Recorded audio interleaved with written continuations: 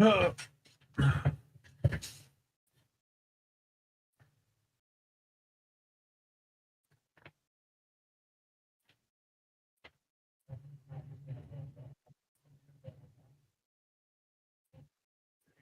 mm-hmm.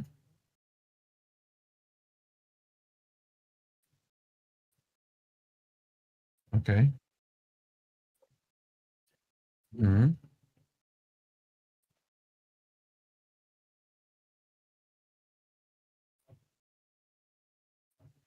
Yep. Mm-hmm.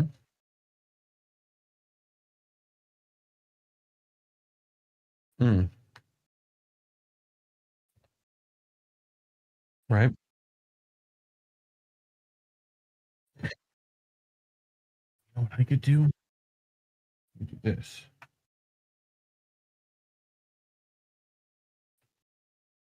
Yeah. There isn't right now. So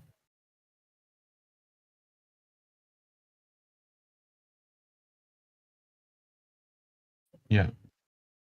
But you said we're live with desktop audio going, right?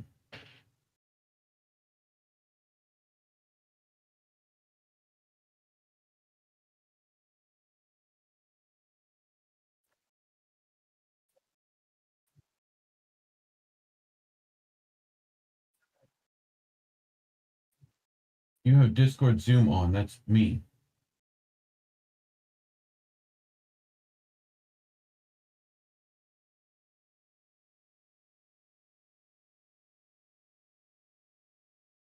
No.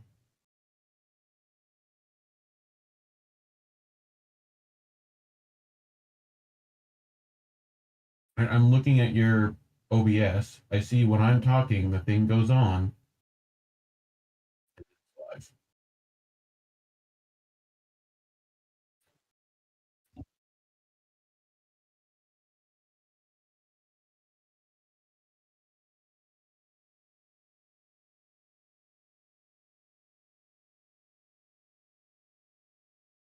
I'm live right now. If you turn Zoom mic on, turn turn Discord's dude, I'm looking at it.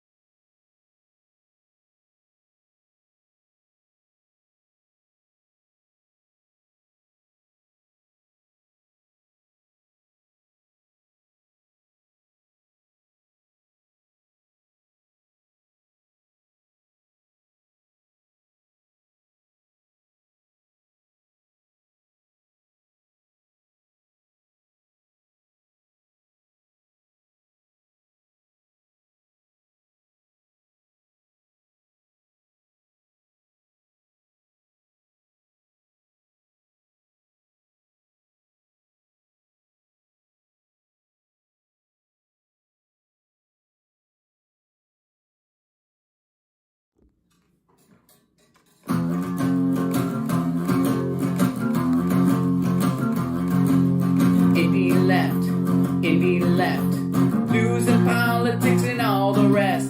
So much to do on the YouTube, so they curate a list for you. Do you wanna watch your favorite creator or have a chat on Discord later? Well, you better get hip to indie left, indie left. Indie left news. Sorry, Ron, I cut you off there at the end. What's going on, everybody? How you doing? Happy Sunday night. I don't want to say the big word, but the some kind of bowel something just got completed, and God, that feels a whole lot better now that it's finished, right?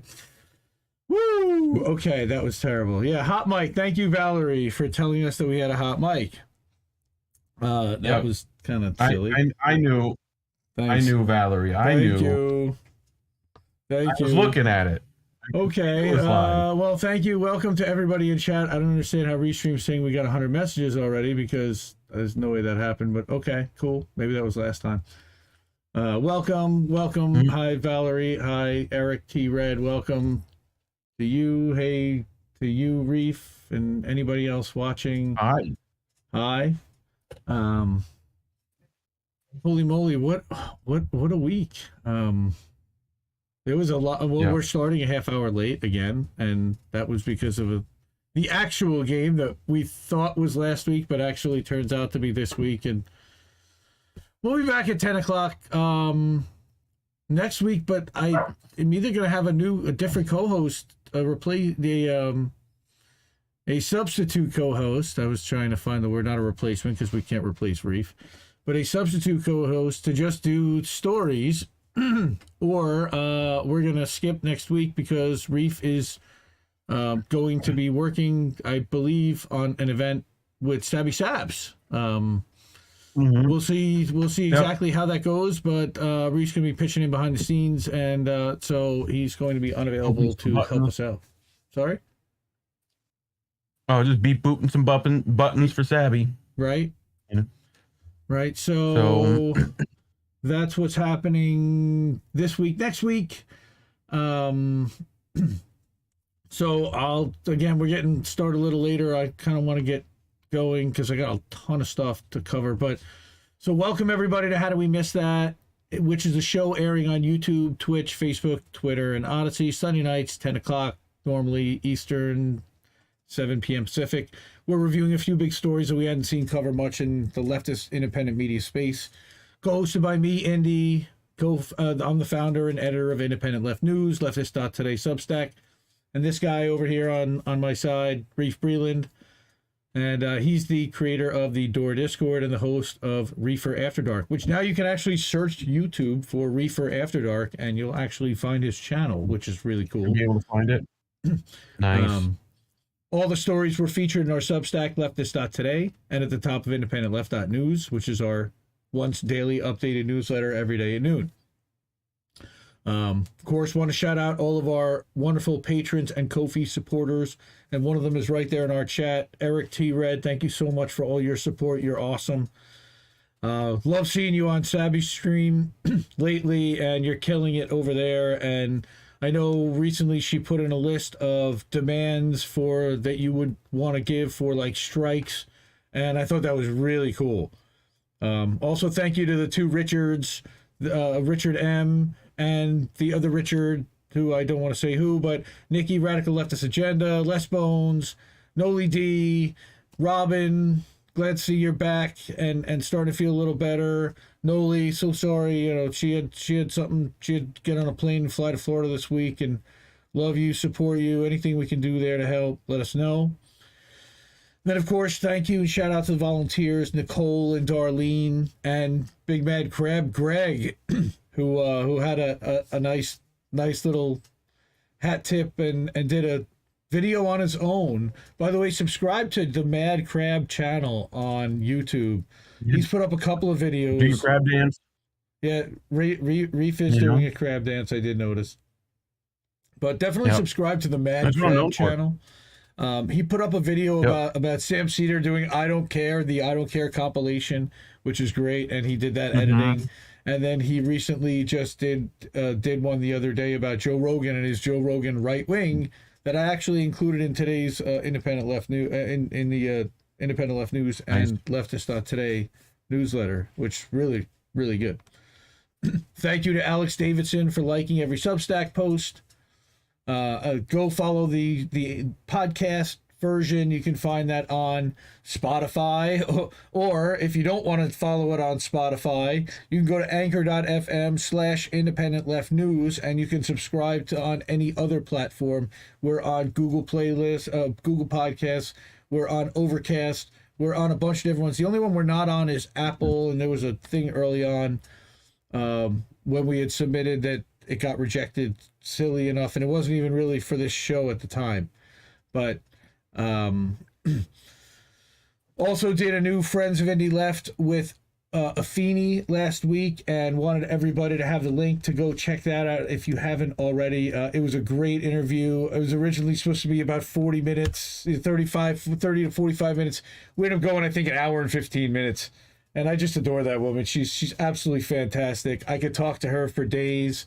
After we hung up, we still ended up talking for about another 15 minutes. And she's just wonderful. And I thank her so much for that. And then also we did again the How Do We Miss That Clips channel on on Rumble. Don't miss that. And of course, there's a playlist on the YouTube channel for How Do We Miss That, and that has the full episodes as well as the clips. So you can also find that on our YouTube channel. Nice. Were you on any shows last week, Reef? I don't even remember if I was. I don't think I was. I did. You don't even remember. I did a whole show yesterday, or not yesterday, day before yesterday with Ricky Rants and Yeti and who am I missing? Jesse Jet. Oh my God, that was so funny. I caught the second half of that. That was really funny. Great. Mm-hmm. Yep, go check that out on my channel. I'll put the link in chat here in a second. To the episode. It's just been again. It's been a crazy week. Lot of news happening, and again, what we want to really cover are some of the stories that we have not seen anybody really talking about. So, gonna jump into sharing the main screen so you can see my screen, and we'll look at what the Substack looks like right now. Why is that cut off? Oh, because the browser's cut off. Aha! Scroll up. Mm-hmm. So this is leftist.today by Independent Left News, independentleftnews.substack.com. You can go to leftist.today. It'll get you there. Okay, this is the Substack that went out just a little while ago at 10:30 for tonight's episode. If you click there, you can actually watch it live in the Substack. Also, the other links to find it on other platforms if you prefer there. Summary of some of the stories that we're going to be covering. Some of the ways that you can find and support Indie Left, as well as I want to give a shout out. Gosh, we really don't talk about indienews.network nearly enough, but Indie News Network has been everywhere. Our members have been everywhere. And even when they're on, look, Angel Rivera and Chris Legion and congrats and to Yeti, the Yeti Jesus who was on Reef's show earlier on the other night, and he did his first episode of the Breadlines this week, and happy for him and excited to see that get going. And so again, all the different places you can find us, including the link to the How Do We Miss That Clips channel. This was the Substack that we published earlier today. This actually had one of the clips from last week in there where we talked about a couple stories from Pandemic Profiteering from Jake Johnson. And then Richard Medhurst, and we've got, this is the Big Mad Crab. So if you go right to leftist.today, you'll be able to find that Mad Crabs video on Joe Rogan, which is a great cut. Right.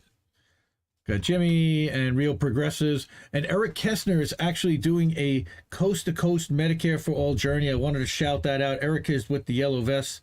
This was just a 51-second video, real short. My name is Eric Kessner. Please follow my journey across country. We're going to be driving from Seattle to Washington, D.C., and we have to jumpstart this movement into reality, and I think that we can do it. I think this is great stuff. So we support Eric 100%. Go check that out.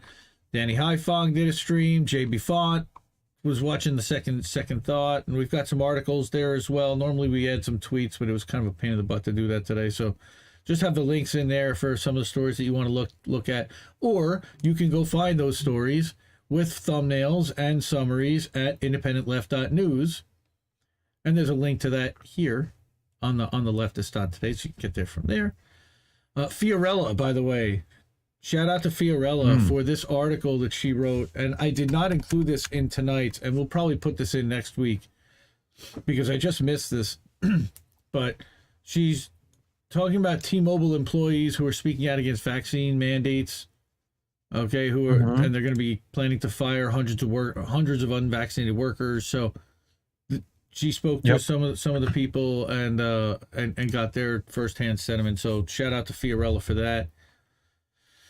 Okay, we've got Lauren Elizabeth, and again, this is just today. This is updated once a day. Actually, if you went to independentleft.news, you'd be able to find and watch the Friends of Indie Left with Afeni. You can see it's embedded, and you can click right there to watch it on YouTube and be able to leave a comment and like it, give it a thumbs up. We appreciate if you do that for sure. By the way, give the stream a thumbs up if you haven't already yet. All right. So again, Daily Poster, Popular Resistance. This was shared by Margaret Kimberly talking about the crisis in Ukraine. I don't know what's going on. The tweets aren't popping up. Common Dreams, Kosashu News, Caitlin Johnstone, all the publications and all the people that you know and love and read all in one central place. That was the whole reason why I created this thing in the first place. You can check out who's in our Discord right now. Here's the last episode of How Did We Miss That? We've got that embedded. I update that every week.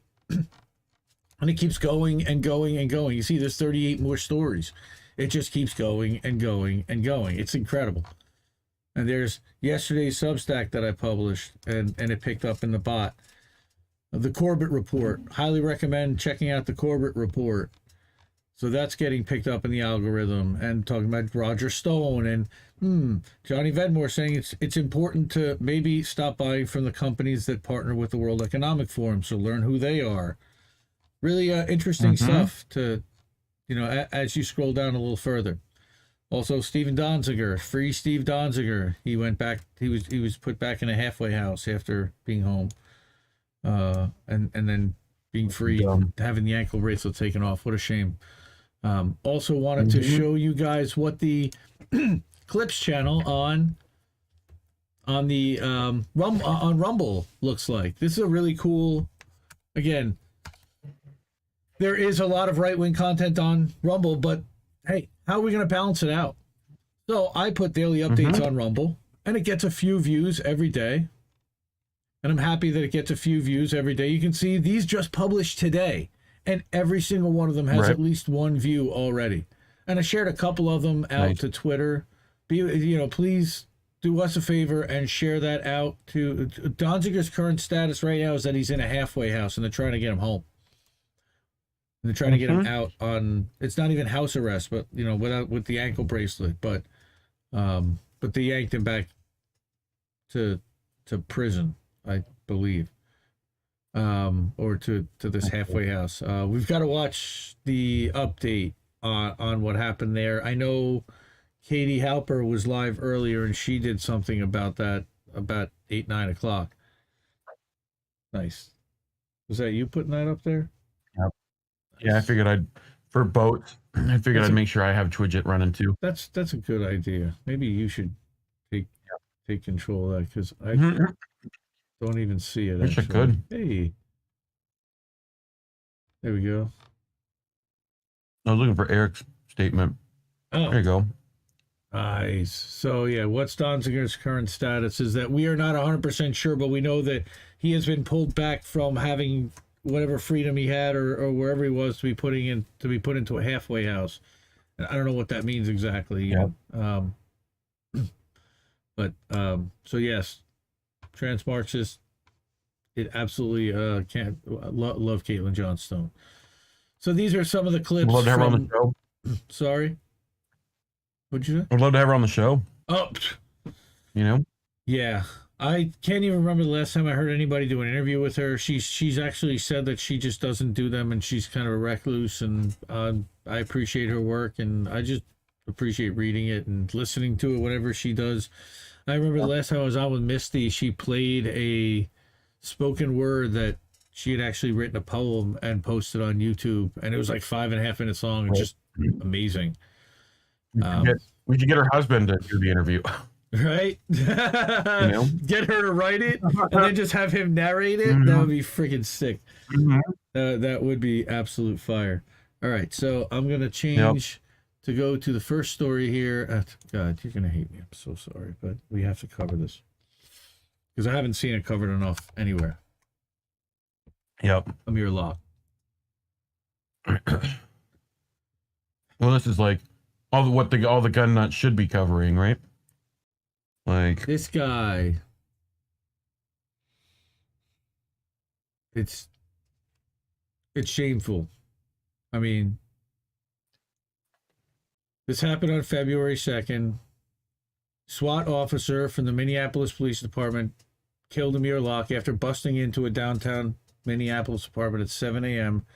And I believe they said within 30 seconds or so. I'm sorry, within 9 seconds.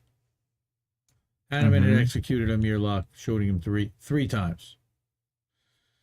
Right. Locke, who was sleeping on the couch when the cops burst in, wasn't even who they were looking for. He wasn't named on the warrant and wasn't a suspect in the case. Yep. And this has, of course, naturally set off a firestorm. So he had been armed, as if that somehow justifies them shooting him, because he... Right. Right. He could not have reacted. Okay. A narrative contradicted by the cops' own body cam video, and I'm gonna show you what we've seen and what's been released. It's fucking horrible.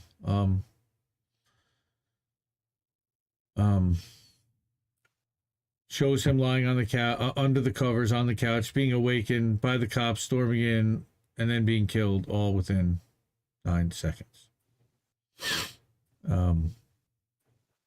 Awful. Yeah. Yeah, not a lot of no-knock warrants in white neighborhoods is an excellent point made by one of our amazing chatters.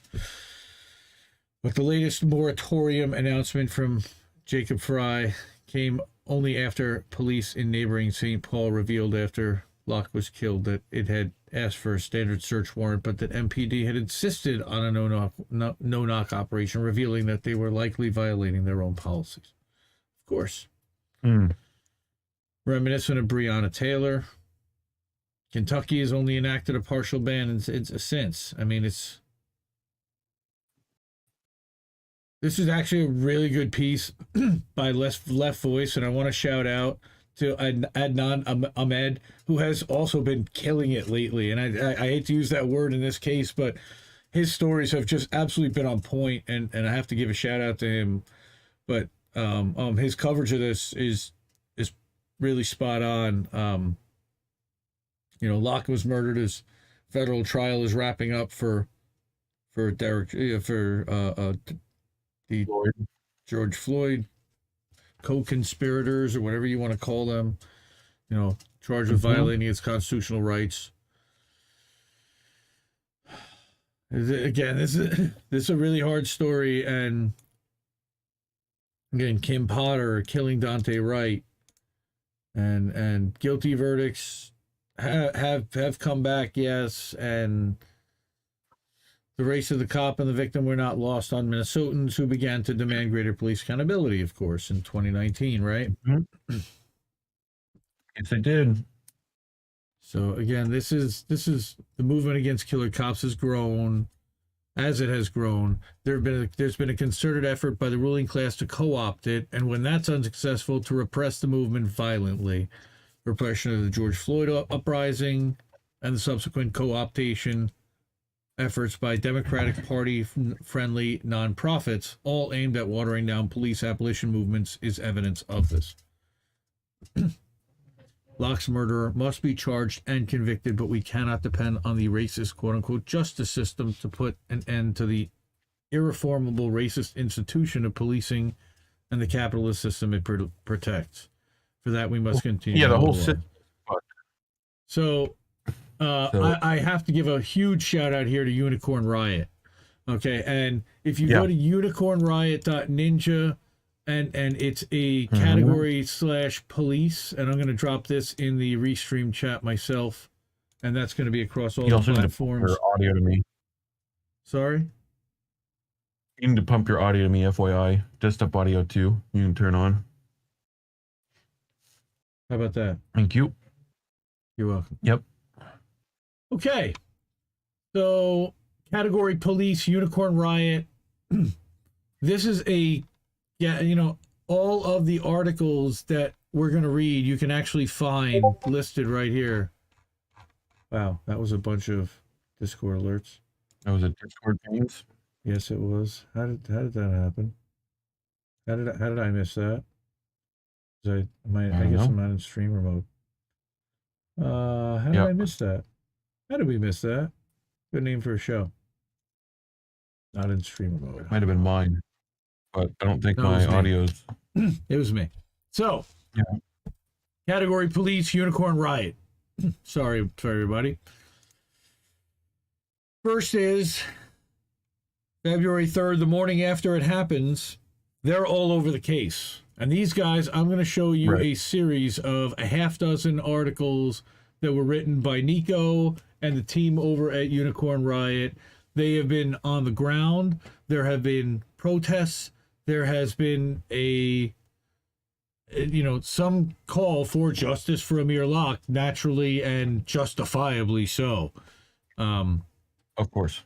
So they're looking at where it happened, and they describe exactly what happened. Okay, and here's the information that came out that Amir was a licensed gun owner, had a concealed carry permit. Yep. That the Minneapolis police were searching for 3 suspects to execute the search warrant, and he was not a named suspect on the warrant. They weren't even looking for him when they busted in. He didn't live there. He was sleeping on the couch at a family member's apartment when they busted in, and his family believes he was startled when they busted in and was trying to protect himself. So, and they need to release the body cam footage. So that was what happened initially. And again, these guys always bring the goods. Look at all the links that they have to the actual documents or to, and you can see these are to uploads. 2 gunshot wounds to the chest and 1 to the wrist. And if you click there, this is the actual report. I mean, these guys, they do the work. So this poor, and again, I mean, they've been doing great work in Minneapolis for a minute now. and not just in Minneapolis, but they've been moving all around. Okay, again, here's another one in Austin. Someone, Christopher Fiafonu. Boy, sorry if I butchered his name. I apologize for that. But he was also killed by an Austin cop. That was on December 23rd. So this is marking the 3rd time. What it was saying is 3 victims in 66 days by Minnesota police. Ridiculous. So that's the first article. Then you have the body cam footage released. So you have police officer Mark Hanneman yelling, and it shows them entering unannounced with a key, then yelling police search warrant while walking down a hallway, kicking a couch that Locke was sleeping on. Within 2 seconds, he rolled over, grabbed a gun, although never putting his finger on the trigger, and was killed by 3 bullets. Yep.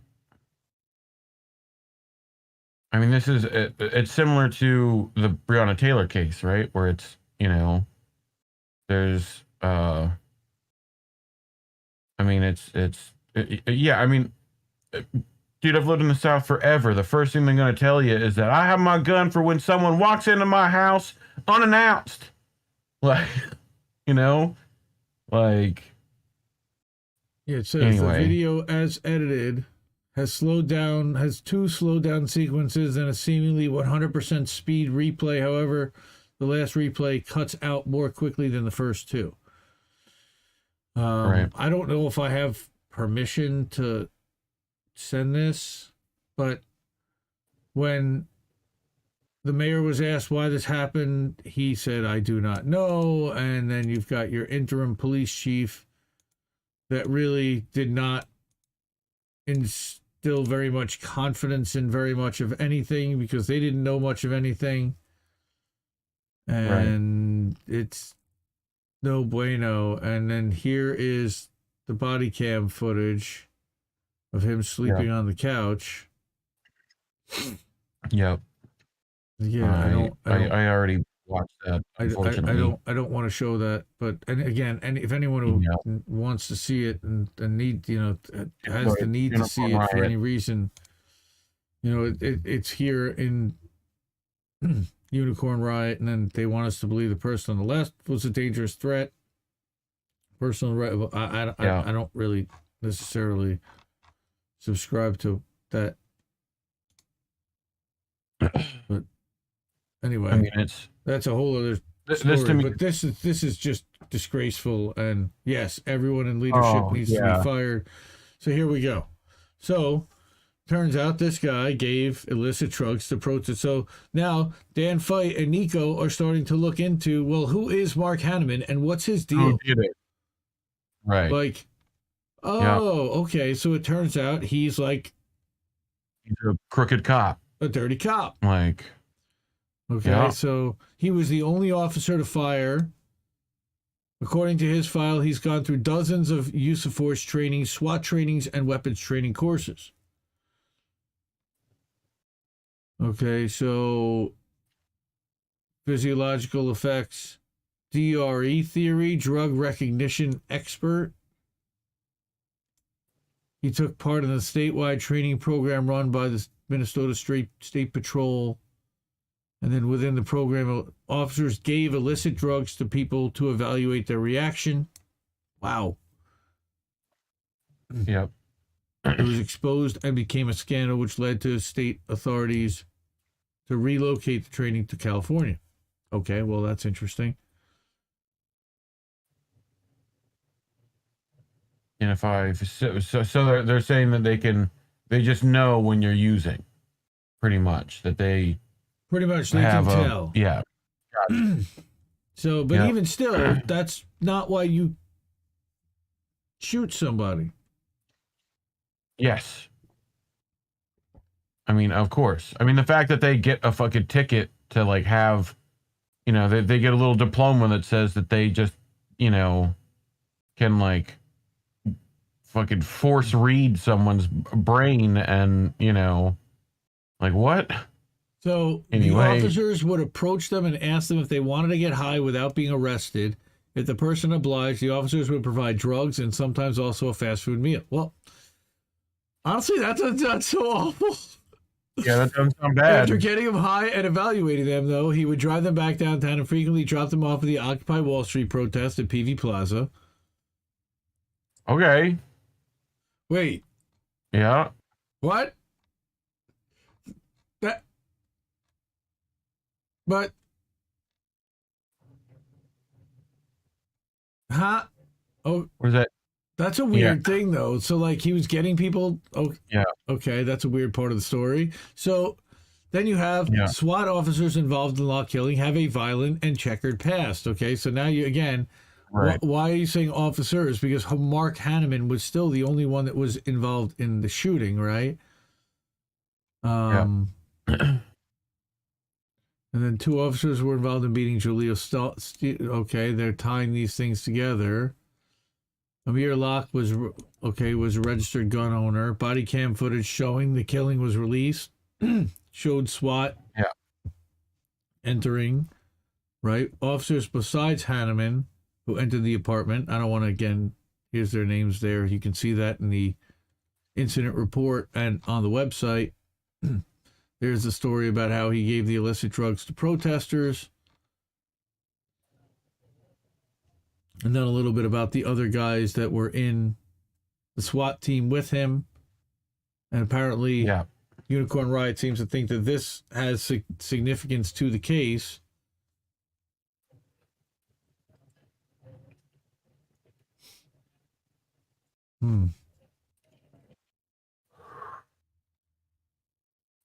Jesus. Okay, and then there's this guy who was filmed violently slamming an advocate for the houseless to the ground at George Floyd Square. Yep.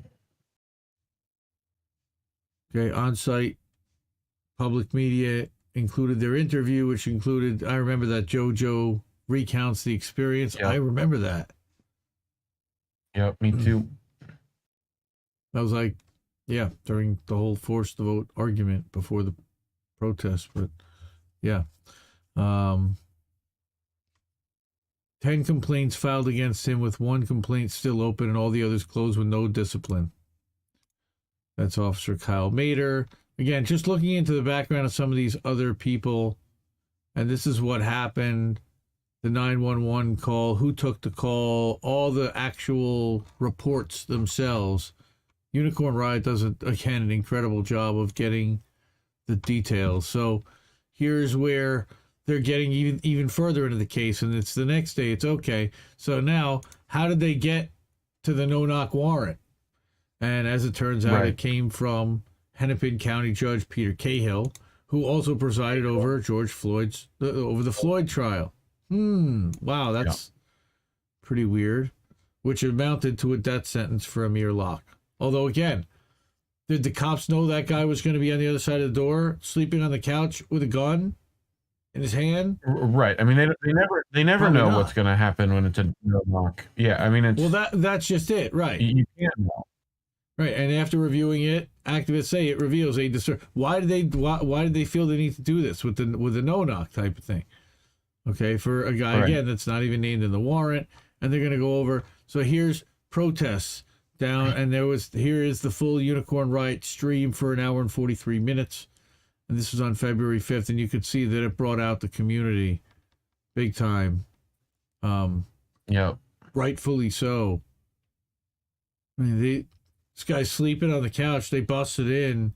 He doesn't know who that is, what's going on. He reaches for his piece.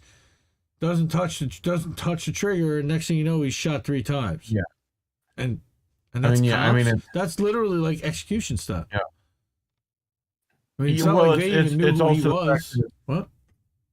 Yeah, I mean, I wouldn't say it's execution style per se. We're being fucking semantic on this, which we don't need to. But I mean, it's just the fact of like, look, it's almost like when people do think that guns are there to protect your house, they train to do that. Like, you know, they train to have this instinct to, okay, guns on the bedside table, like, where did I leave? You know, that's a thought process in people's heads, right? So for Amir Locke, this is instinctual to a point, right? Where, you know, 3 crazy men get to just run into his, you know, the place he is like living in, essentially, and you know, he does what he would think is supposed to do. He's not even his prefrontal cortex hasn't even clued in that these are cops yet. Oh no, you know that he knows it's cops because they banged on the you know, they had a key. Somehow they had a key. If you're asleep and stuff, and they just they bang on the door, say it's the cops, and let them you might not even heard that shit.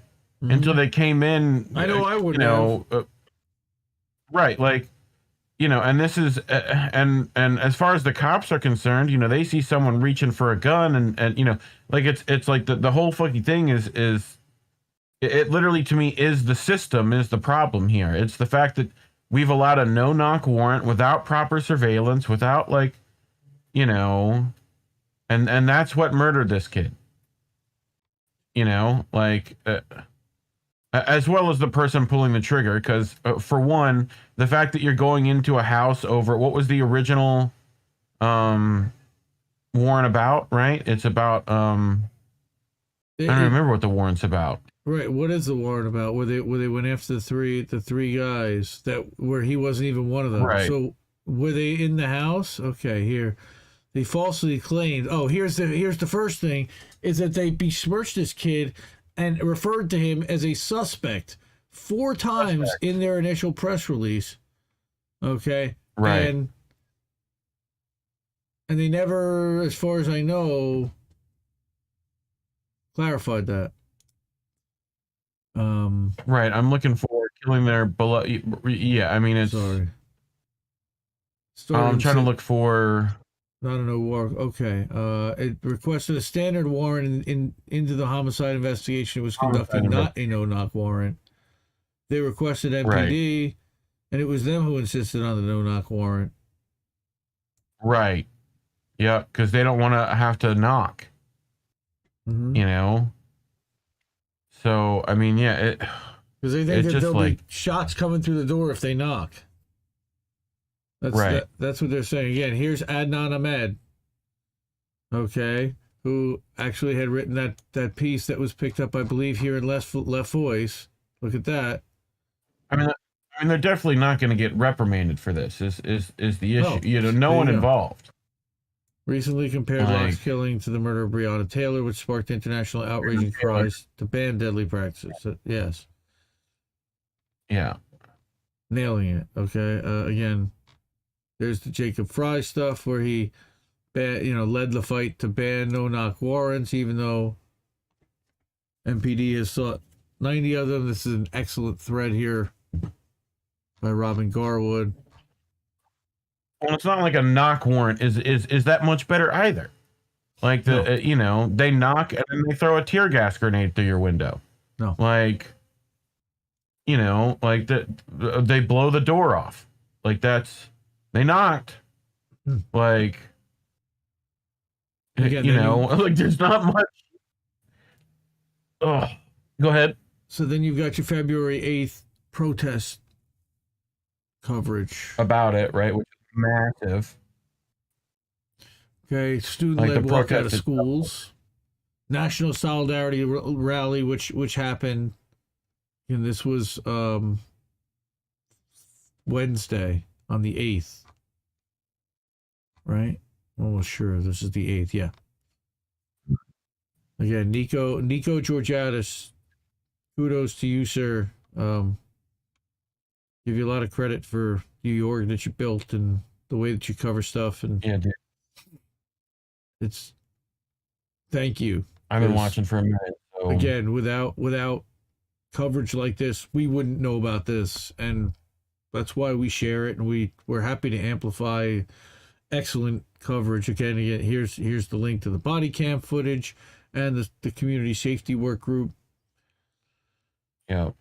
and then that mayoral candidate who quit the job after just 2 meetings because of the private nature of this community safety work group, that they're not really interested in fixing the problems, but it's more a political entity. Okay, then Right. you've got more Move for Justice News, and you've got a vigil and family community press conferences. Again, amazing coverage to collate and give you a complete picture of what's going on here. Messages in remembrance and justice from Amir painted on I-94. Street art Yeah. all over the place. Look at this. And then where's the one from the 11th? When I went to the first one here. Is this, yeah, here. Hundreds marched to the building where police killed Amir Locke as well. And here's another rally, and Yeah. this was on the 11th. They were live for the rally on March 8th. Again, look at Yeah, that's the number of a ton people. of people. Families who've lost loved ones to police killings were in attendance. BLM Minnesota is not associated with the national BLM. Yeah. Their local chapter. It's heartbreaking stuff. Just murdered while sleeping. Yeah, sleeping while black is. Again, how the hell did this happen again, and keeps happening, and keeps happening. Yep. Again, I didn't really see too many people talking about this story, and I thought it was really important because, again, it happens too often, and I don't want it Yep. to be swept under the rug. You know, these people's lives, of course, are so matter, and it's this shit's got to stop. It's got to stop. Yep. We got to figure out how to make it stop. Yep. Yep. I completely agree. All right. That was tough. Okay. So thank you, Ed. Ivan Reitman, RIP to Ivan Reitman, apparently 75. He was only 75? It seems like Yep. he would be older than that at this point, but okay. Well, that's still too bad because he's definitely legendary. But so just to look at the chat and see who else is here. Welcome to whoever else is. Trans Marxist E Heller, welcome. How are you, Eric? What's up? So yeah, maybe some kind of BS training for cops to identify when people are high. Yeah, that whole DT whatever. And was there a drug bust where undercover cops got arrested buying drugs from dealers who were undercover cops? No, I don't remember that, but it's probably in Baltimore because that's like some of the dirtiest cops. Yeah, the first Ghostbusters was amazing. Hashtag justice for Amir Locke. Thank you. And Capel 65. Absolutely. No knock equals cops playing soldiers. Yep, I think we have that. And then we should demand that everybody absolutely should be fired and there should be accountable. Just awful stuff. Again, Yep. I mean, had to. it's just stuff that you like. You look at that and you're like, yeah, how could you have fixed that? You know, like, Well, first thing you stop them from getting in there with a no knock. You know, like I just and not doing it at like 6 o'clock in the morning either. But that's I'm sure they have their tactics and their reasons, and there's 1,800 things that I don't know because I'm just commenting from New Jersey, and I at least know that. So, all right. So next, workers are starting to wage battles at Amazon warehouses for unionization, and we saw Bessemer, we saw Staten Island 8. And I'm sure Tatiana and Molly are a formidable writing team. They wrote this last Sunday, and we did not, again, I curate the show all week, so by Saturday night, the show's pretty much set up, and I saw this, and I'm like, oh man, we need to put this in and talk about this, because three warehouses are fighting to unionize. Okay, 2 in Staten Island and 1 in Bessemer, which again we know about. So this is again Left Voice. Shout out to Left Voice for doing some great work this week and over the last couple of years since I've been paying attention to them. And thank you to Lee Camp for turning me on to Left Voice in the first place. I distinctly remember him sharing an article going, wow, I've never heard of these guys. And the more I see, you know, I agree with quite a bit of what they publish, and I really appreciate their coverage, and they've got a crack writing team. And again, I encourage everybody to subscribe to email alerts and to them on Twitter, on Instagram, to share their articles, follow them. And they're even on YouTube. I don't really see much of their videos in my feed. Maybe I'm not subscribed to them yet. Take a look at that. But Amazon, Bessemer, over 6,100 workers got a ballot yesterday for a mail-in election with a March 25th deadline. So last year, there was the effort failed, but there was a massive union-busting campaign by corporate themselves. And again, Left Voice did an amazing job. They had people on the ground for a month, I believe, in Bessemer before the vote happened. right. Documenting some of the tactics that were used by Amazon corporate, like forcing the workers to attend mandatory anti-union lectures. They pressured the city into changing the timing of the traffic light in order to disrupt organizing efforts. I remember that. The organizers were trying to catch the people at the traffic light after they left work and talk to them about the union. And so they got Amazon got the city to change the timing of the lights so that they couldn't stand out there and have that conversation.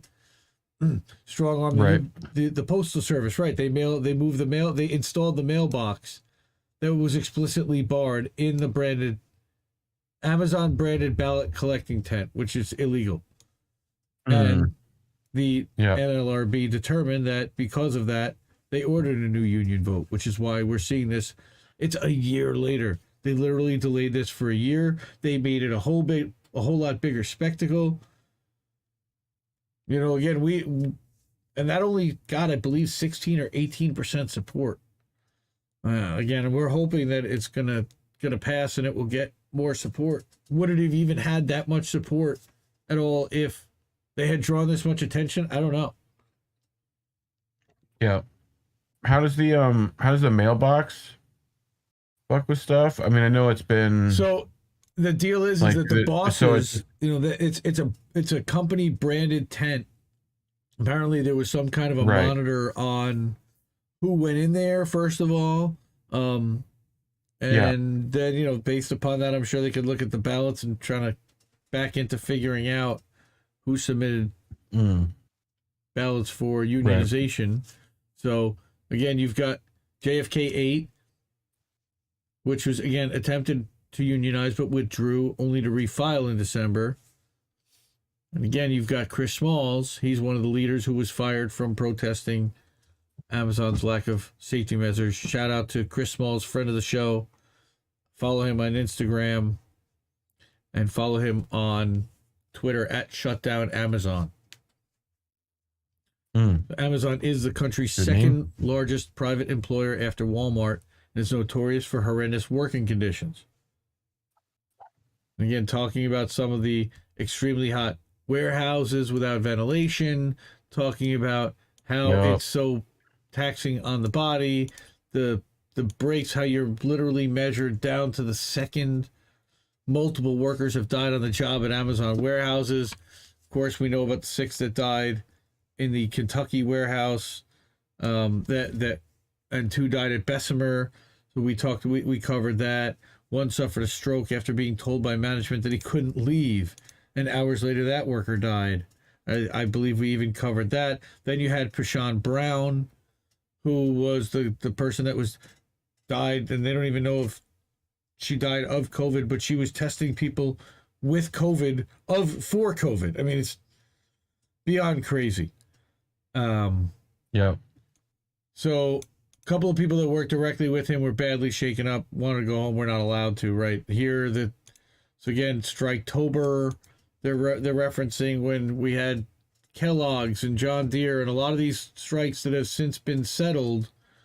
A lot of them, they didn't get what they had hoped for, and a lot of the things had not quite panned out the right way, but were touted in the mainstream press or even in the labor press as wins because they got minor concessions, or the company just said, look, we're not going to fire the employees. That was the concession that we're striking, which I didn't think was much of a concession. But certainly getting those people their jobs back would help. I mean, that's the reason why they were striking in the first place. But again, you've got dozens of Starbucks stores that are now filing to unionize, and we've been covering the Great Resignation and how I think it's 10% of the entire workforce in the last 2 years since the pandemic started has quit their job, if not more, or has changed jobs, or has lost a job. I think that might even be higher. But again, you've got the disconnect among the working class is also expressing itself in more direct ways through mobilization and action, which is excellent. Okay, again, we support direct worker action in all cases. Amazon warehouses in Chicago walked off the job, and they were demanding wage increases. And its success at Amazon may unleash a wave of unionization filings, which we're hoping to get. So again, as long as these unions are not co-opted, and that is one of the keys, is that you don't want union leadership to end up turning into its own corporate structure that then has to manage the relationship itself and gatekeep for the employees themselves. Okay, here you've got Daquan Smith, who was illegally fired for trying to unionize, which, again, they've been pretty well-known union busters. And shout out to Jordan Chariton. I know that he had sent me a link for a meeting that they filmed where they were not letting union leaders out of a meeting where they were talking anti-union type of stuff. I don't remember exactly how that story went. I can post a link to that. But here, as far as first bessemer, Amazon unionization drive showed to win a union is not enough to rely on Democratic Party politicians and celebrity endorsements. Right. Okay. RWDSU was criticized from their own pages and Jane McAlevey and saying that they had no structure, they had no grassroots movement. Because I asked Jane McAlevey, I asked her on Katie Halper's show specifically about that because I was a mod and Right. I got the chance to ask that because I'm also a patron of hers. But again, great article by Tatiana and Molly. Tatiana is definitely a member of the All-Star team, and Molly seems to be helping out with some of the background research. I don't know how much one's writing or the other, but there's actually another article. I don't know if it was yesterday or if we're going to cover it tonight, but there's another article that they just recently did as well that I thought was fantastic. So shout out to Tatiana, to Molly, to Left Voice.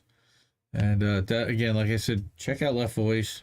If you're not subscribed to them already, they're one of the better publications that I prefer to check out. And again, none of them are perfect. All of them have takes that we're going to disagree with, but this is one of the better ones out there, and I support them 100%.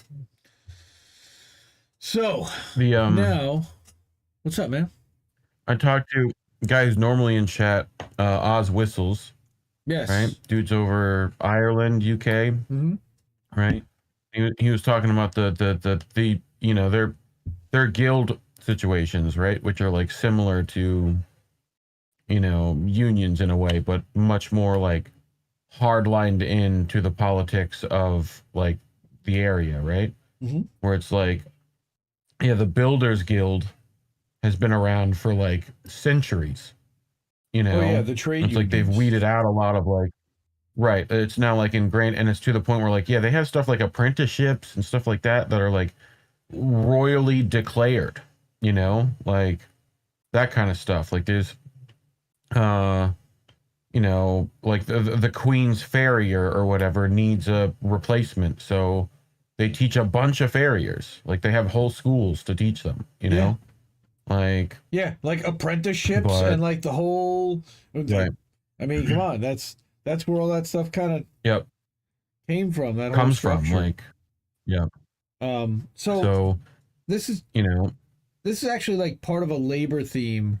So I'm gonna flip to the next one because this kind of goes along with it. And again, we heard a lot about trucker strikes, but what we did not hear a lot of was trainer strikes or train conductor and train workers and Burlington Northern Santa Fe workers. And I saw somebody, and it might even be our friend Ed in chat, who said that he saw a huge missed opportunity in the fact that you had a movement, a labor movement happening up north. Call it whatever you want. People want to say it's good. There were laborers and people that were there that could have aligned with the train workers who wanted to strike but were stopped by injunction. And I believe that was a story that we covered last week. But this new high-vis policy, right, which management unilaterally imposed, is they're on call 24/7, leaving them unable to plan out their personal schedules. Yeah. All right. I took a couple days off this week. I've burned up 5 out of 30 points. It will take me a month and a half to earn those 2 days off. That's ridiculous. All right. If they use all 30 points, they're subject to discipline up to and including dismissal. Jesus. In order to earn 2 points back, you'd have to be on call 14 days, 24/7 to get 2 days.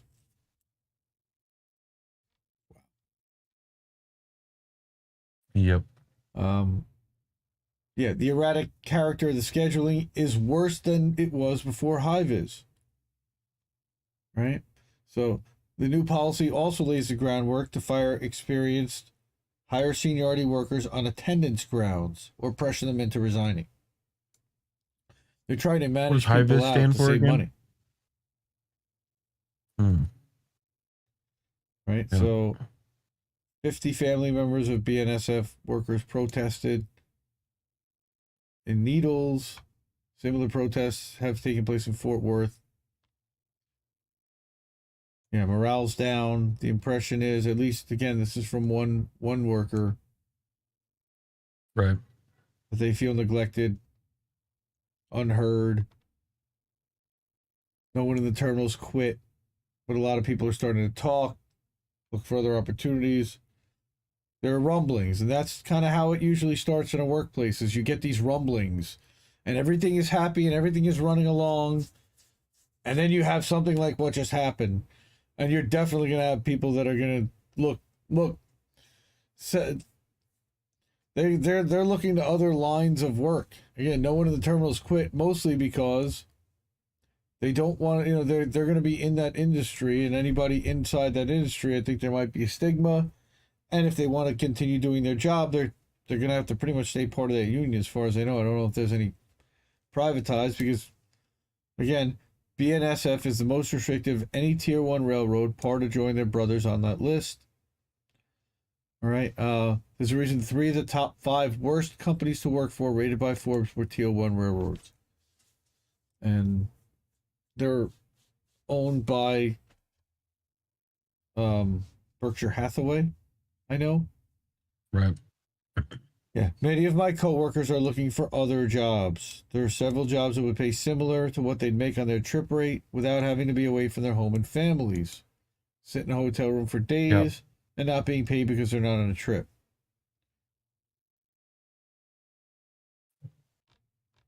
Total corruption in the union. Where have we heard that before? Yeah. As always. They're Just separated last from week, the in rank fact. and file. Yeah. Yep. As always. I got into the worst arguments with one of my old friends who was a union rep, right? Like for an entire factory. He was the guy, right? And most of the time he was super liberal about, like, in the way you'd want him to be, but right, got Russiagate hella wrong, got, and it was just like, it was just, Jesus Christ, bro, it's like, it's so out of touch with that, but that's anyway, weird. I mean, As it's a similar to, like, union politics. rep. The moment you start, yeah, the moment you start, like, getting into, like, he was elected union, it's like, once you get into that, like, where you're managing people's money and livelihood and whatever, you start to get, like, disconnected, Yeah, and again, so here's how they're short staffing the trains. Crews are often on a train for 12 hours, in a hotel for 24, and then on a train for 12, and so on. yeah, And the customer pays for it. 6 trains wait for the one big train to get out of the way sometimes. The infrastructure isn't there for these long trains. Where's this money going? All this money that's going, and again, and it's losing money every year. We're hemorrhaging. Right. yeah, So this is Tom Hall, Socialist Equality Party, World Socialist website. I think he actually ran for governor of California, if I remember correctly. And I've actually been digging a lot of his writing. So shout out to Tom Hall. Thank you for covering this. What did high vis stand for again? It's that 24-hour on-call thing with the point system. Gotcha. Right, so just makes me think of yellow. Yeah, points and the dismissal, and then earning points back. And okay, yeah, it's worse than it was before high vis. It's an erratic character of the scheduling itself. So again, that's where they're talking about that 12 on, 24 off, 12 on type of thing. Right. Where it's hard to be able to, but you're always on call. Yeah, you're on a train for 12 hours, in a hotel for 24, and then a train. I mean, are they being paid for all those hours that they're not on a train? I don't think so. Yeah. I don't. I don't know how that works. I'm guessing that they have to be paid. You know, the hotels have to be paid for, and the meals and everything else. But all right, again, the railroad shareholders are basically the puppet masters controlling everything around my job site. When are we going to invest in infrastructure again? Said it's all about quarterly profits. So, I agree with a lot of what this guy writes and what he says here. So, next, diddly doo. Okay, Eric, MSNBC lefties. That's usually who they are. But a union leader, an elected union leader. I mean, that's kind of surprising. Like I said. Okay. Yeah, I mean, it wouldn't be everything. It would just be sometimes something would catch him, and he wouldn't be able to get it. Be listening to too much NPR or whatever. Yeah, that work shift stuff, like Eric said here, I'll put that up. It's the work shift version of on-demand stocking. Yes, and it's also what they were doing with the factory workers, I believe, at Nabisco, where they were putting them on like 84-hour work weeks and over 7 days. I mean, Let's go all the way back to one of those first. Was that the Carnegie Massacre? Right, that was the one where it's the Carnegie Steelworks, right, where they had been making them work crazy hours, and a guy fucking died because, he like fell asleep like into a fucking forge or something. Right, like into an anvil, right, and like people like that was literally where like strikers got killed. That was one of the classic fucked up union stories. Hey, Eric, you were saying something last time about audio levels. Are they better this week? We tried to work on that so that I turned me down and Reef up a little bit. So hopefully that's a little bit better for everybody this week, and it's more normal. All right. So, and I also wanted to call attention. Happy Valentine's Day, since it's about to be in about 20 minutes. Shout out to my wife. Thank you for allowing me to do all of this and have a crazy lifestyle and cover news and stories and spend all this time with everybody else and hold down the fort and be amazing.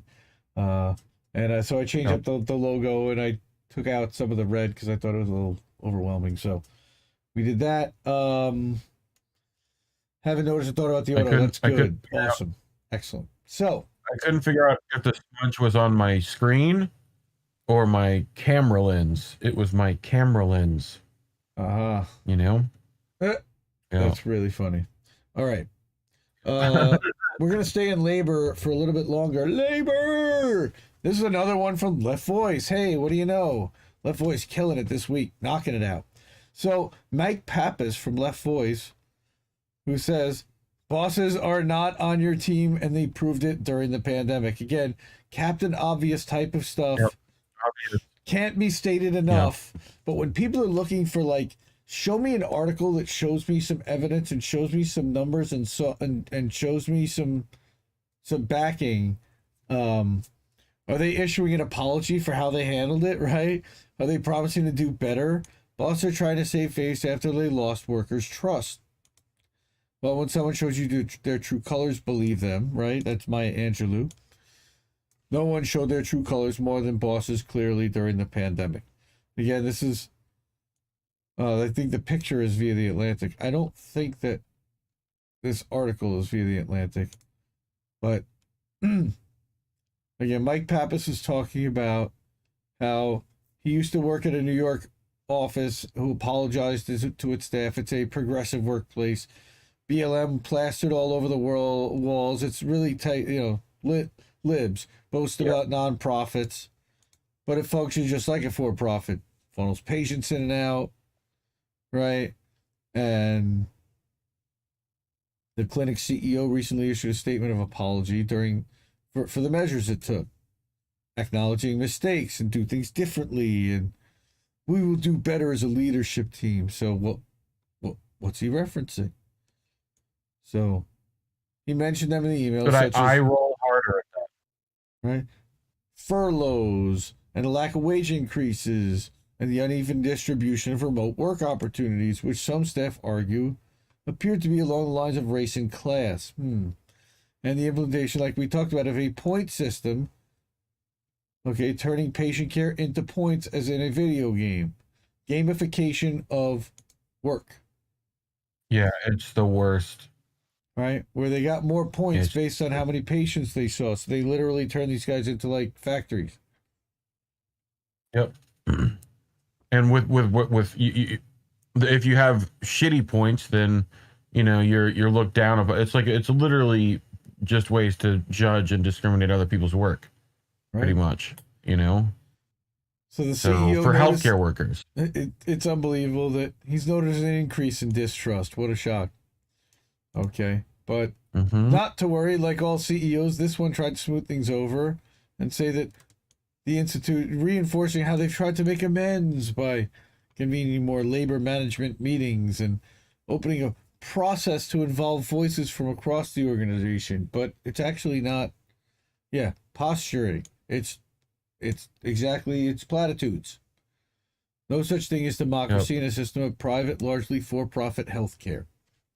There is no such thing as democracy in even nonprofits run by CEOs like any other corporation. Right, so, and they point out and they ask some questions. Have there been any fundamental changes to the institutional structure? No. Are there any material changes, improvements in staffing? Not that we've heard.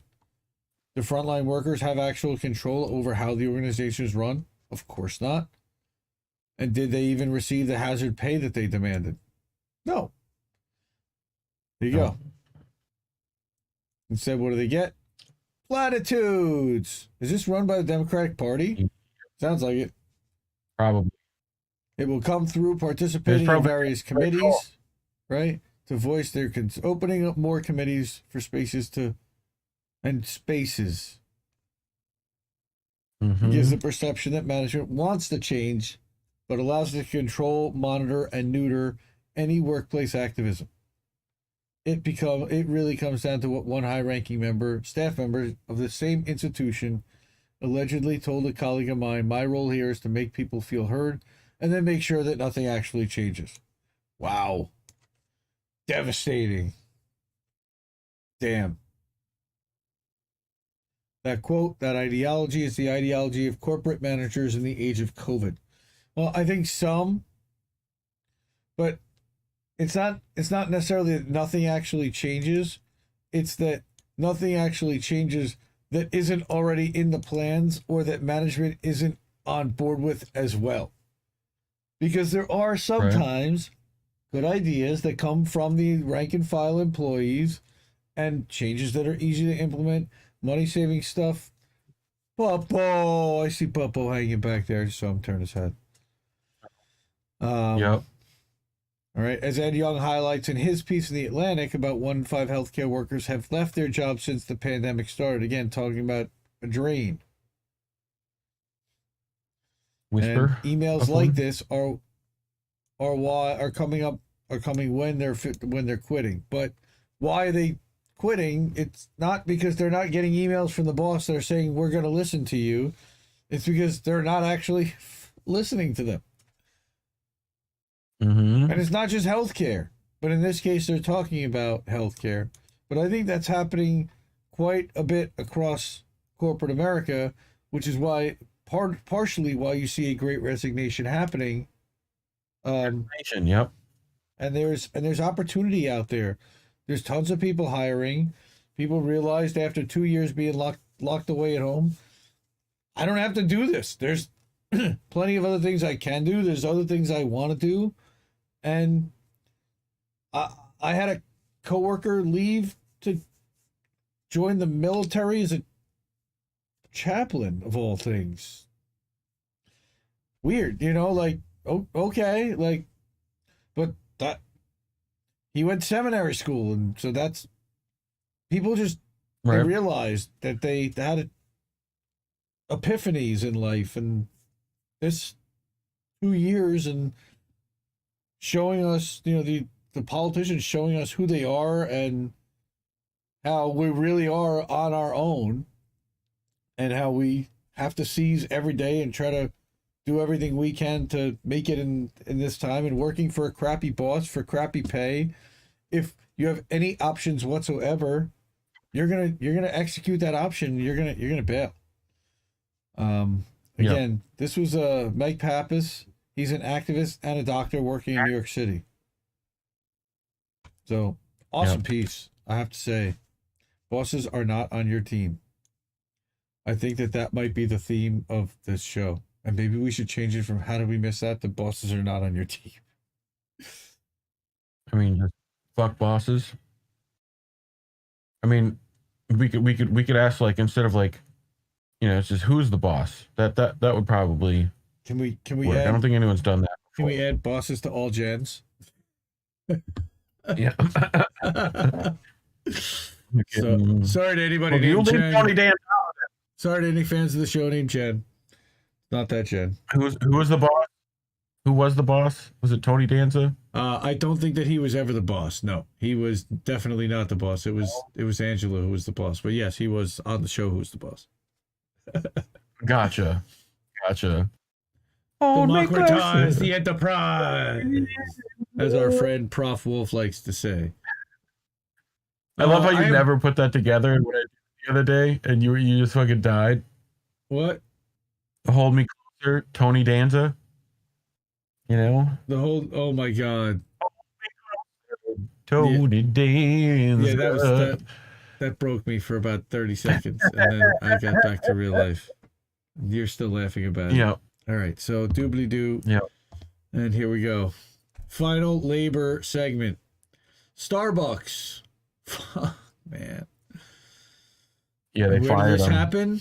And I think I've seen it covered a couple of places, but any chance to get Sharon Zhang in there, I welcome. She's awesome. Right? Memphis, Tennessee. During Black History Month, in the city that executed Martin Luther King, now firing workers they claim for violating several safety and security policies. Now, what I have seen, and I don't know if it's in this article, is they have talked a lot about over-managing and moving in more managers than people. Here we go. I was fired by Starbucks today for policies that I've never heard of before, and I've never been written up about before. Like, what? Right. How is that?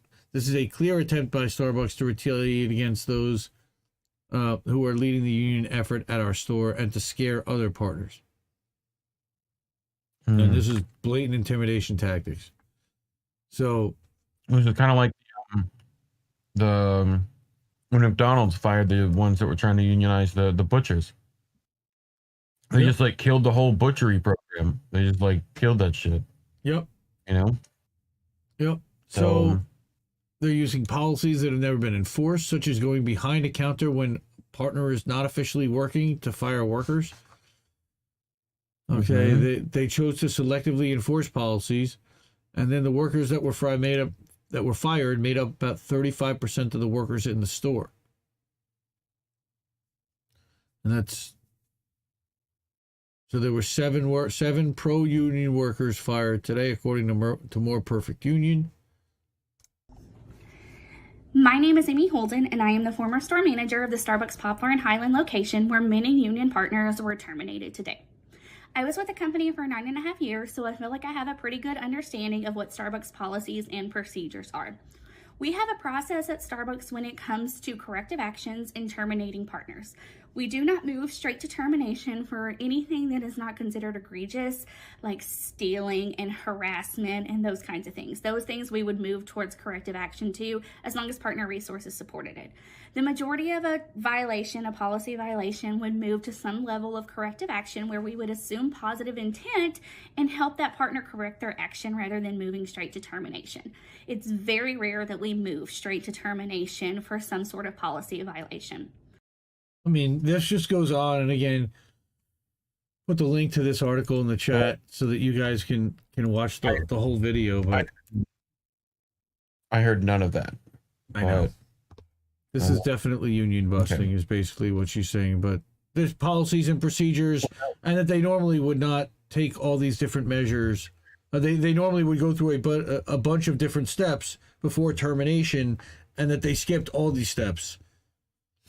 Okay, and that's what that says right here. They may be in legal trouble. Company has hired at least 30 lawyers from notorious union-busting Littler Mendelsohn in order to disrupt the union campaign. Companies will often spend tens of thousands, if not millions, to disrupt union drives. 68 stores have already filed to unionize, with more coming in every week. Right. Sharon I Zhang. think your input into not cable B as well. Because I had desktop audio share turned off, but I had it turned off for desktop live, so that's, I think, why I fixed it. Okay, so I don't think I'm gonna play any more stuff for you anyway. So, wanted to again, Starbucks. What are you doing? What are you firing these people for? What? They're trying to unionize. Oh yeah, scumbags. Come on. I thought you were talking to me. No. I'm yelling. I don't know. What am I doing? I'm yelling at Starbucks. I would too. Fuck Starbucks. Yelling at Starbucks. So finally, we're done with our labor segment, and now we're going to get to something that I like to call typical Dems. Typical Dems. Their new anti-progressive PAC is funded by corporate lobbyists and PACs. So the PAC is funded by PACs. Well, of course it is. And that's our friend Josh Gottheimer, New Jersey congressman. And hopefully one day he wants to succeed and be Speaker of the House. This is by our friend David Moore over at Sludge through Truth Out. Okay, they're also independent, ad-free investigative news site. Sludge is awesome, as is Truth Out. So a PAC formed last year by House Democrats to combat progressive primary challengers has so far relied almost exclusively on corporate PACs and lobbyists for its funding, according to a review of the group's latest FEC disclosure report. I don't think that comes as a surprise to too many, right? So again, you've got Hakeem Jeffries, Josh Gottheimer, Terry Sewell, and I guess that's just the three of them, right? And then all their credentials and what they serve on. So you've got member of the CBC, former vice chair of the New Democrat, co-chair of the problem solvers, quote unquote, which means that they don't solve problems, they only cause problems. Okay, this is actually more than a Dem Corp, Ed. This is actually a corporate Dem Corp, effectively a right-wing Dem PAC that specifically donates even more money than the regular Democratic Party to defeat progressive candidates and to support more corporate and corporate-friendly candidates. I mean, it's absolutely gross. This is why we can't have nice things. Mm-hmm. You know, again, you've got spent money backing Danny Davis, who's being challenged by Keena Collins, who's a Justice Dem. Okay, again, and I'm not a big fan of electoral politics, but what I do like to do is follow the money. So again, Amy Villela, who I remember from Knock Down the House and from 2018, and it's a tragic story where her daughter actually died. I think it was because she couldn't afford an ambulance, and Medicare for All would absolutely have saved her daughter's life. And she has been a Medicare for All champion, and she ran for office in 2018. I don't believe she re-ran in 2020. I believe she was just an advocate, and she was supportive of Bernie in the primary campaign in 2020, but she is running again in 2022. Again, anybody who's in there that actually would fight for Medicare for All, and as somebody who takes it as personally and goes and visits her daughter's grave, I think that would be a little bit more of a motivating factor than anybody else. But, you know, and again, I'm just glad to see that somebody who's that fierce an advocate is out there running. I wish she wasn't as a Democrat, but that's another story for another day. But here's where that over half the $152,000 it raised in the second half of last year came in largely donations of the maximum 5,000 from Next Energy and Comcast and all the big corporations that want to buy favor with these influential representatives that are part of this PAC. And they want to be able to control the money. They want to wield that power and influence that is worth as much to them as the money going into their own coffers themselves, of which they also have quite a substantial amount of donations. So this is just another way for these corporations. Again, Next Era Energy, I will guarantee if you look up the filings for these three gentlemen, that you will find that they have donated to their campaigns and to their PACs and to their bundlers and to their handlers, and their employees have donated and their executives have donated, and lo and behold, they get legislation passed in their favor. Wonder how that happens. Yeah. So here are some of the individual donors who actually work at DC lobbying firms. Okay, that might be kind of a problem, right? And then it digs even deeper into, out of 45 donations from individuals that Team Blue PAC received, only a handful came from people not currently employed by a company or group that hires lobbyists to advocate for its business interests on the Hill. It's just another money laundering front, effectively, to buy ad time. So this is going to media companies. This is going to all their friends and buddies. And then, of course, the consultants get 15%, maybe 10%. Yep. Almost like PACs are bad. It's exhausting. Wow. Almost. A Medicare for All PAC would really be not a good idea. Yeah. That would be bad. That's not a good idea. Not supportive of a Medicare for All PAC, especially a super PAC. Yep.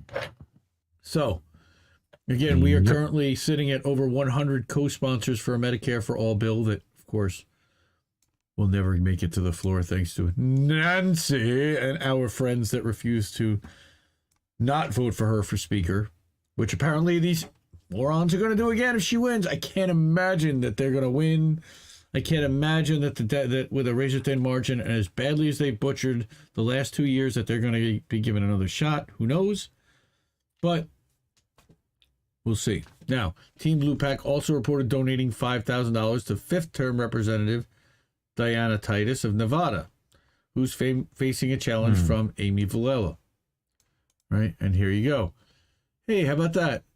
I had not read this, but look, I guess I did kind of provide a little bit of background here. Ran in 2018, Nevada's first, finished in third, right? Supported in that race by Justice Democrats, although she's not currently endorsed by them.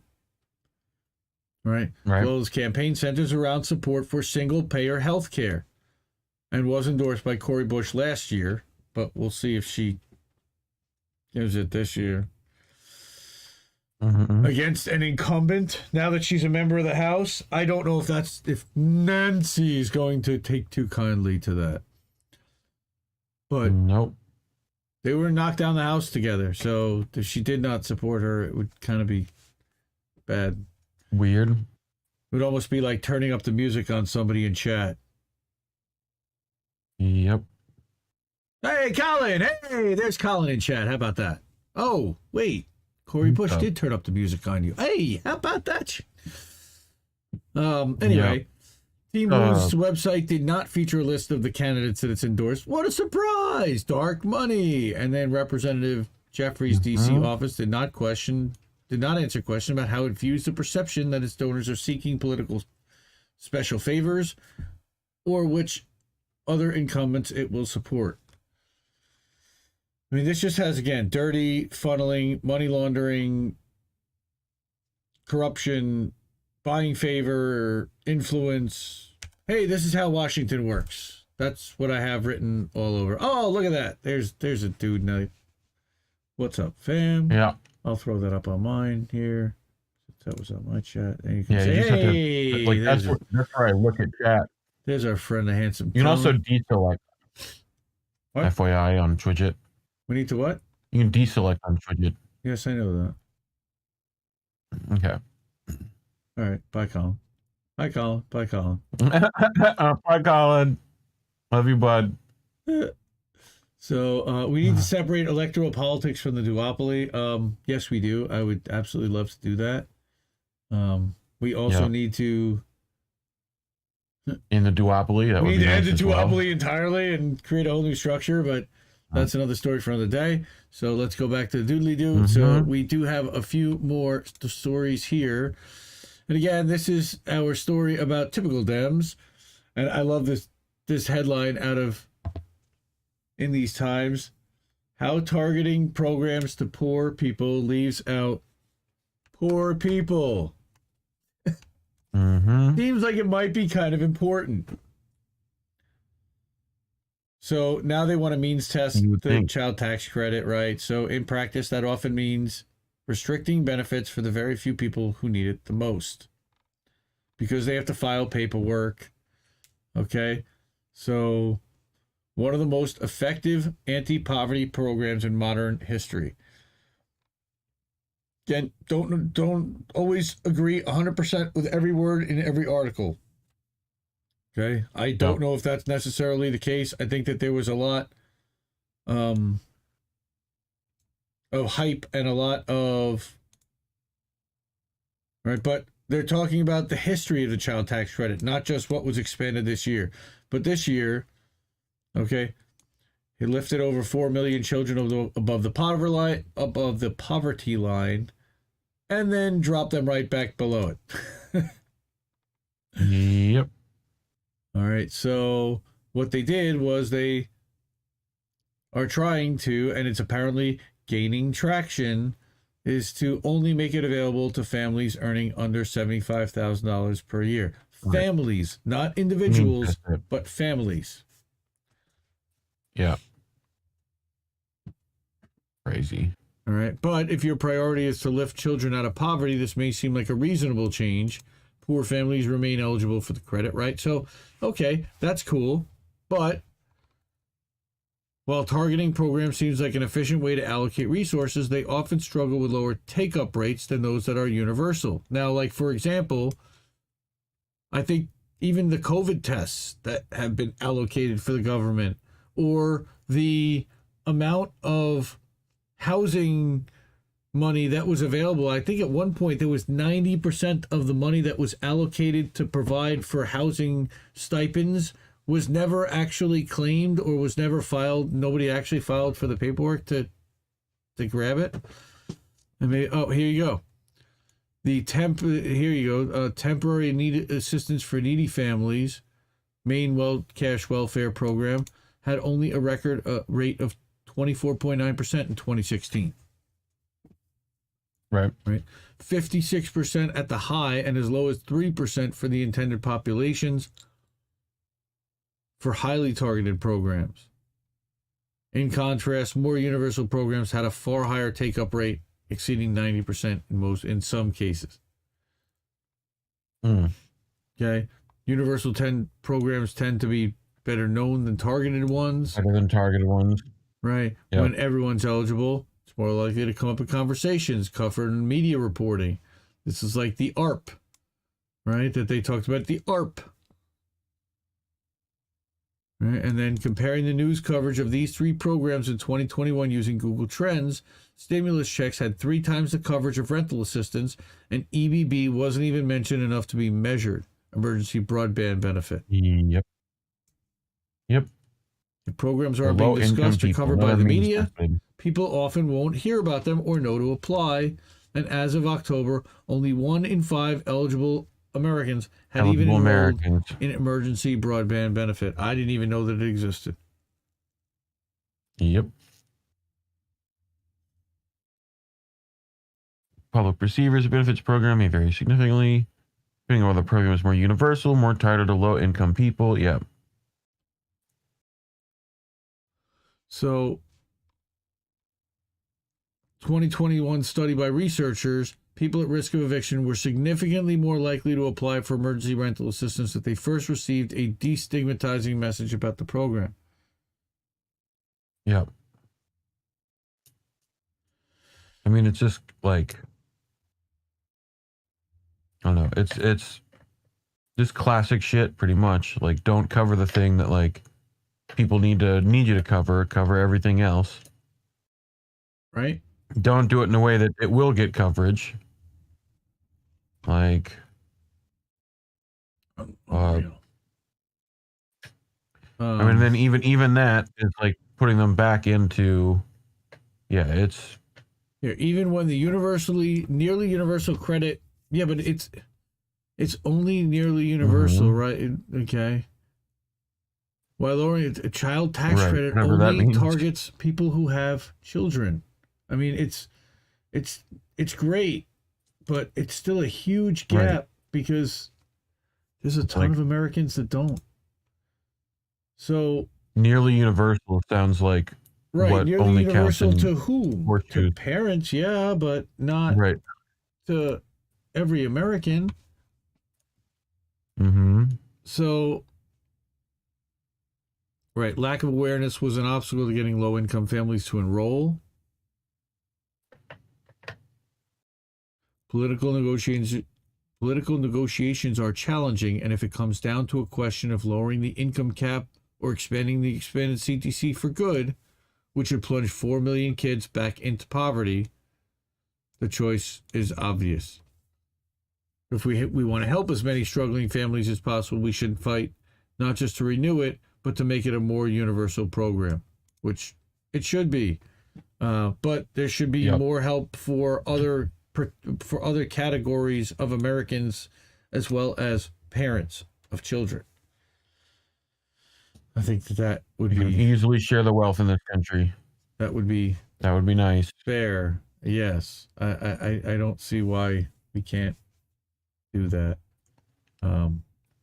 Okay, so again, this was Jim Pugh, who I'm not familiar with in these times, but good stuff.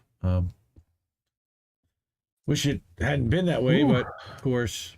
Okay. Now we're going to cover, and have not covered, one of her articles in a few weeks. There we go.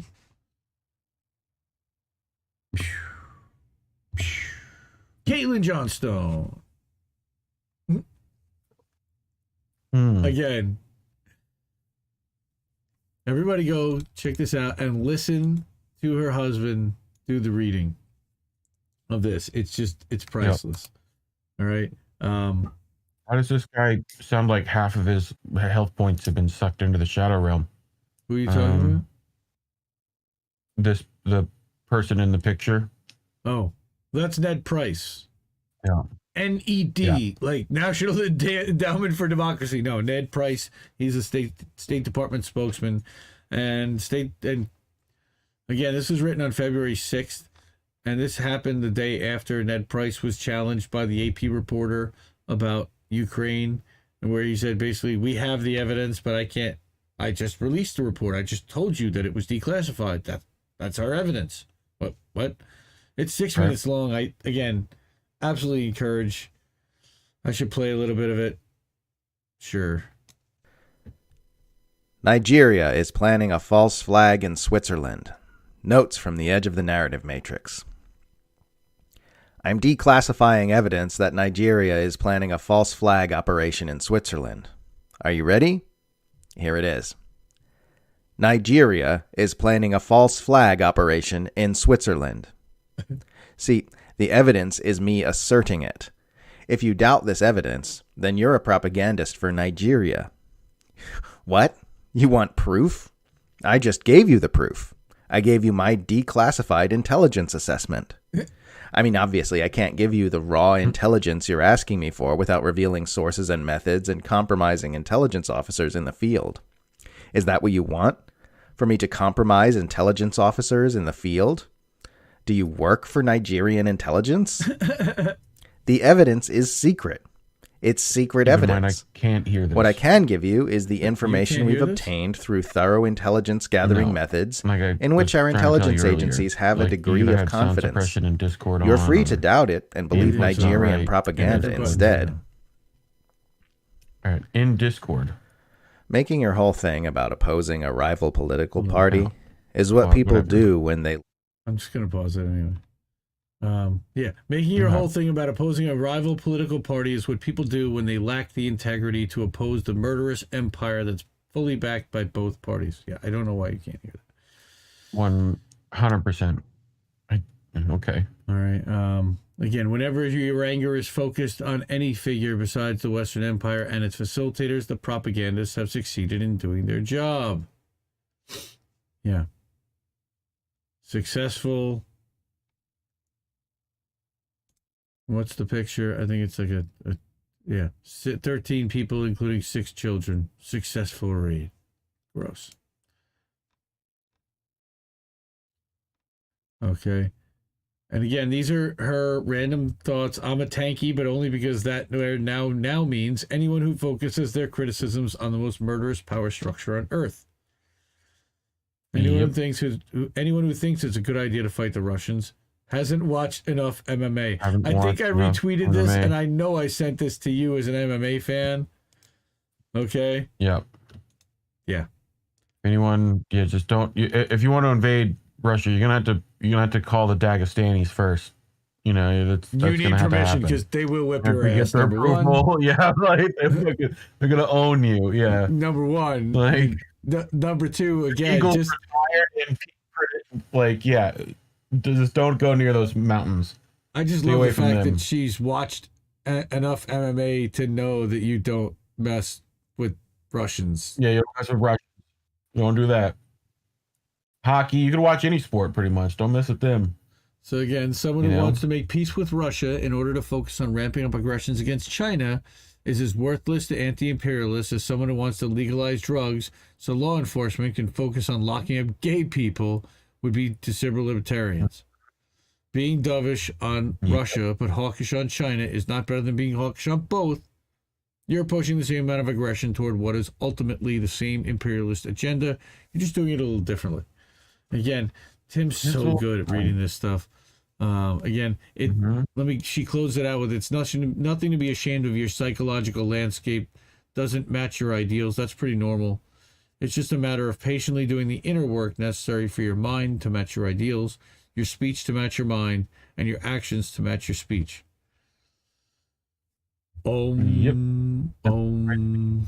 She's like a yogi, I swear to God. She's amazing. Oh, we got a Mona sighting. Mona Carmona. Amazing. She's one of the OG friends of Indie Left from before we were even Indie Left. And thank you. We love you, Mona, for being here. Good to see you. Say hi. Hi, Mona. Mona, this is Reef. Reef, this is Mona. Hi, Mona. I think we met once or twice.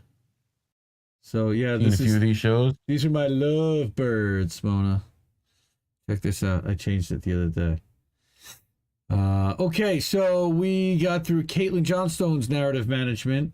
Now, let's get to Popular Resistance also pulled a narrative management piece that I found really strong.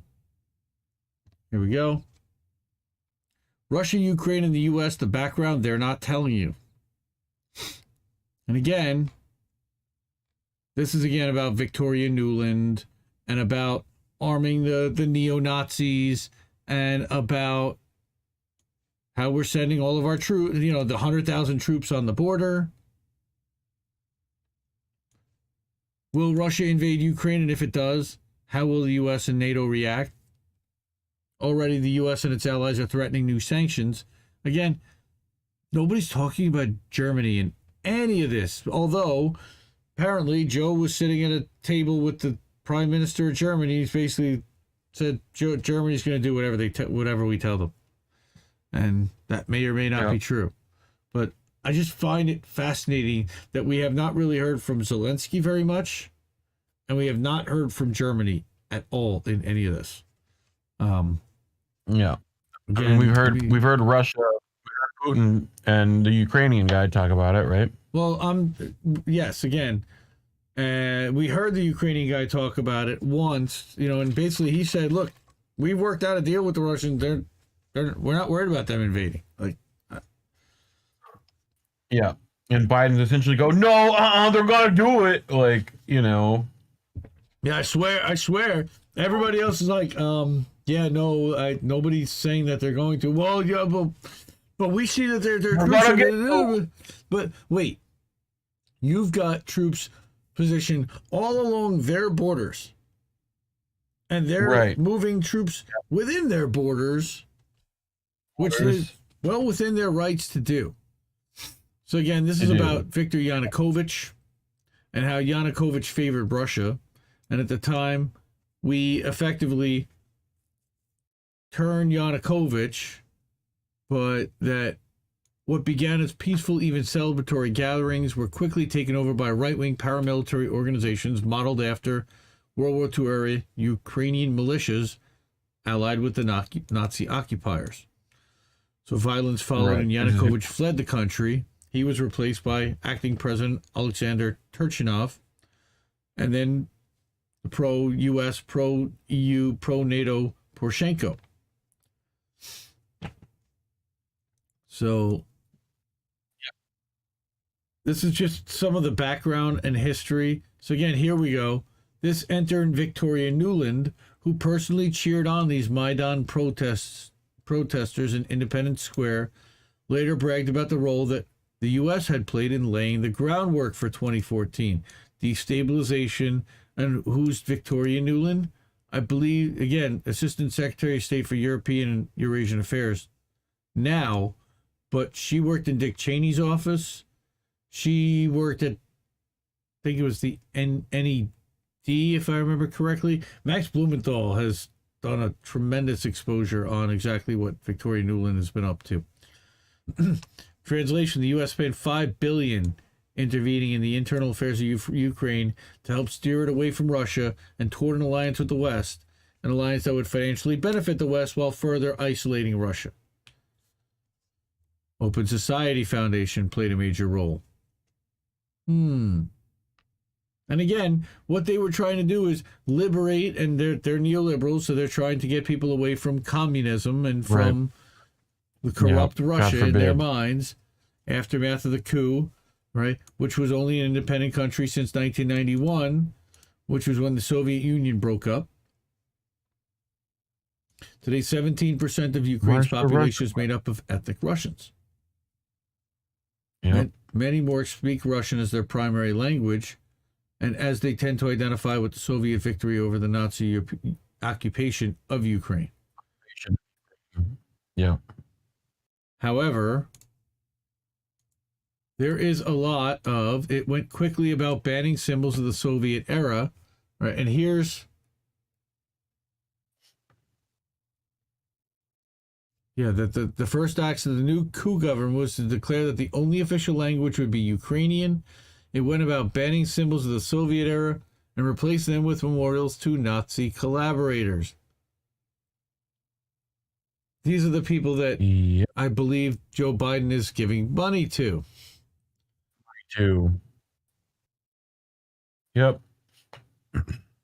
Again, great deep dive into the history of what happened here.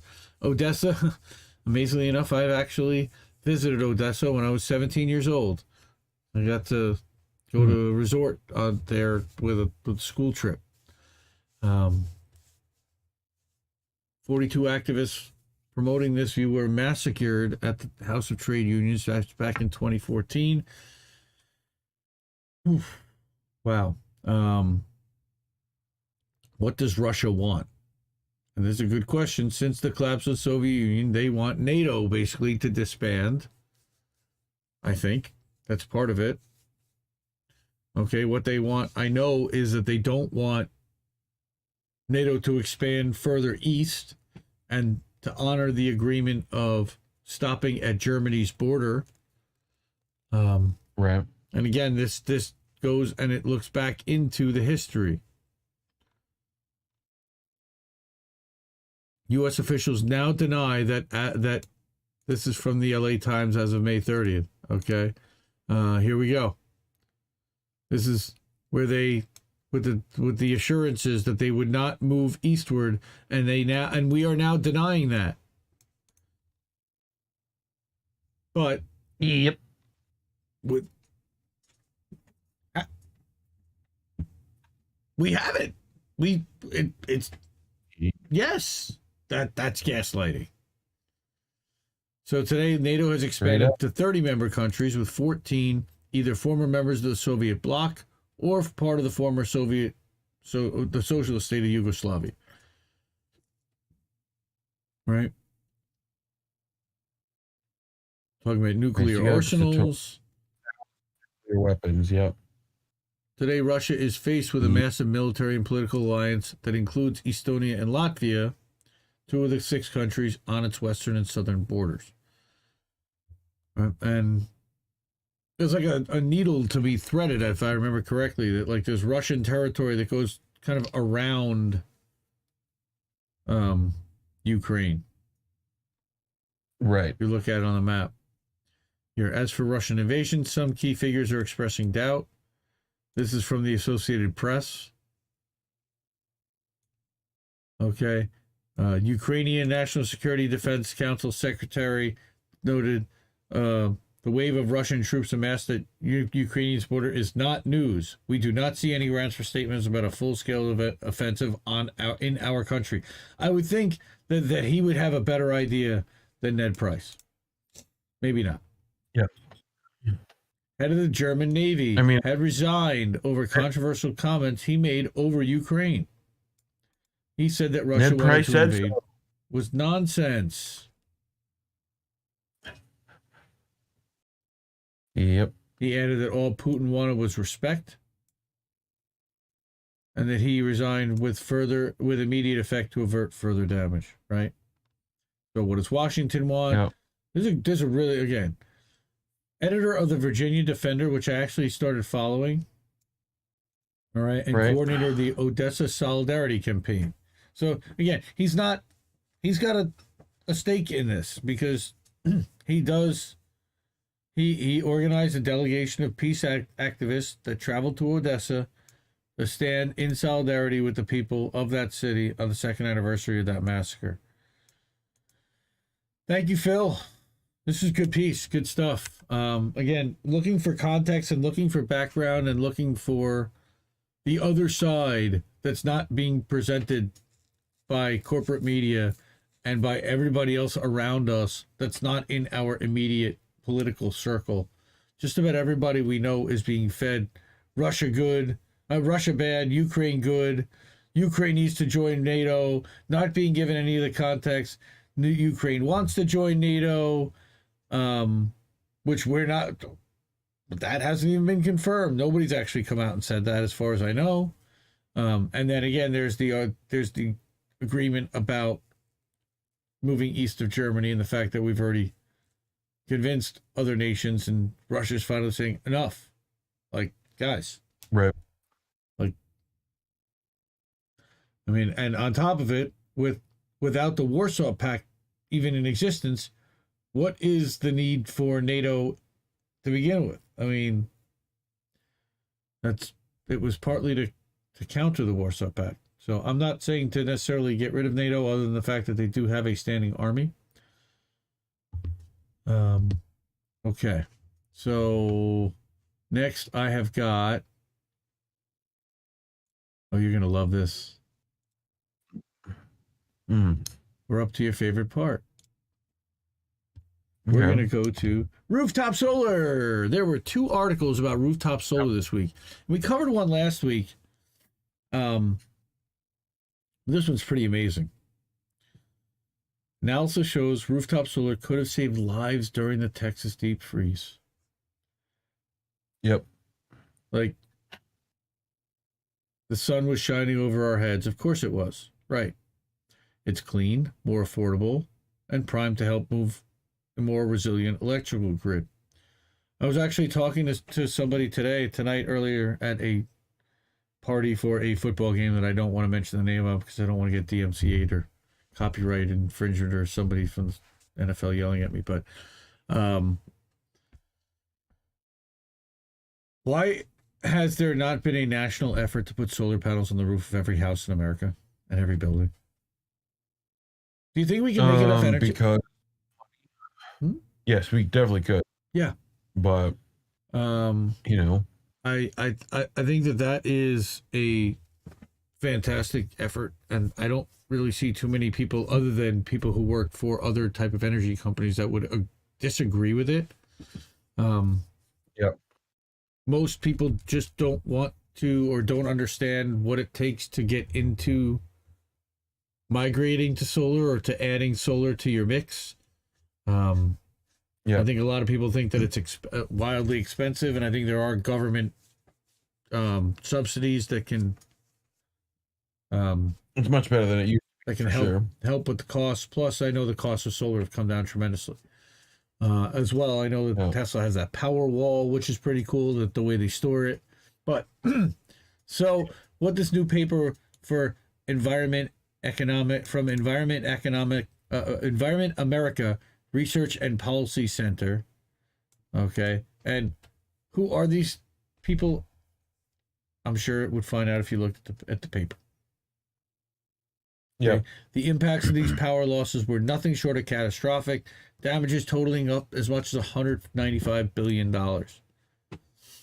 Solar facilities and nuclear power stations all contributed to reduce power generation during the freeze. Gas-fired generating units made up 55% of all unplanned outages and derates by the capacity. So they ran out of, they didn't have enough gas to deliver, and then the pipes froze. So the research group used the Texas crisis as a case study to illustrate how small-scale distributed solar could not only provide electricity, but also relieve strain on the power grid during times of stress. Solar power has grown 123-fold in Texas over the last decade, which is great. But again, this is oil Texas. Yep. Texas's technical potential for rooftop solar alone is 97,800 megawatts, which is more than 15 times the total installed capacity at the time of the 2021 crisis. So they have capacity to grow and to handle much more of the demand. And local distribution. We have this inexhaustible source above us that could have kept the heat on, and we're barely using it. That just doesn't make sense.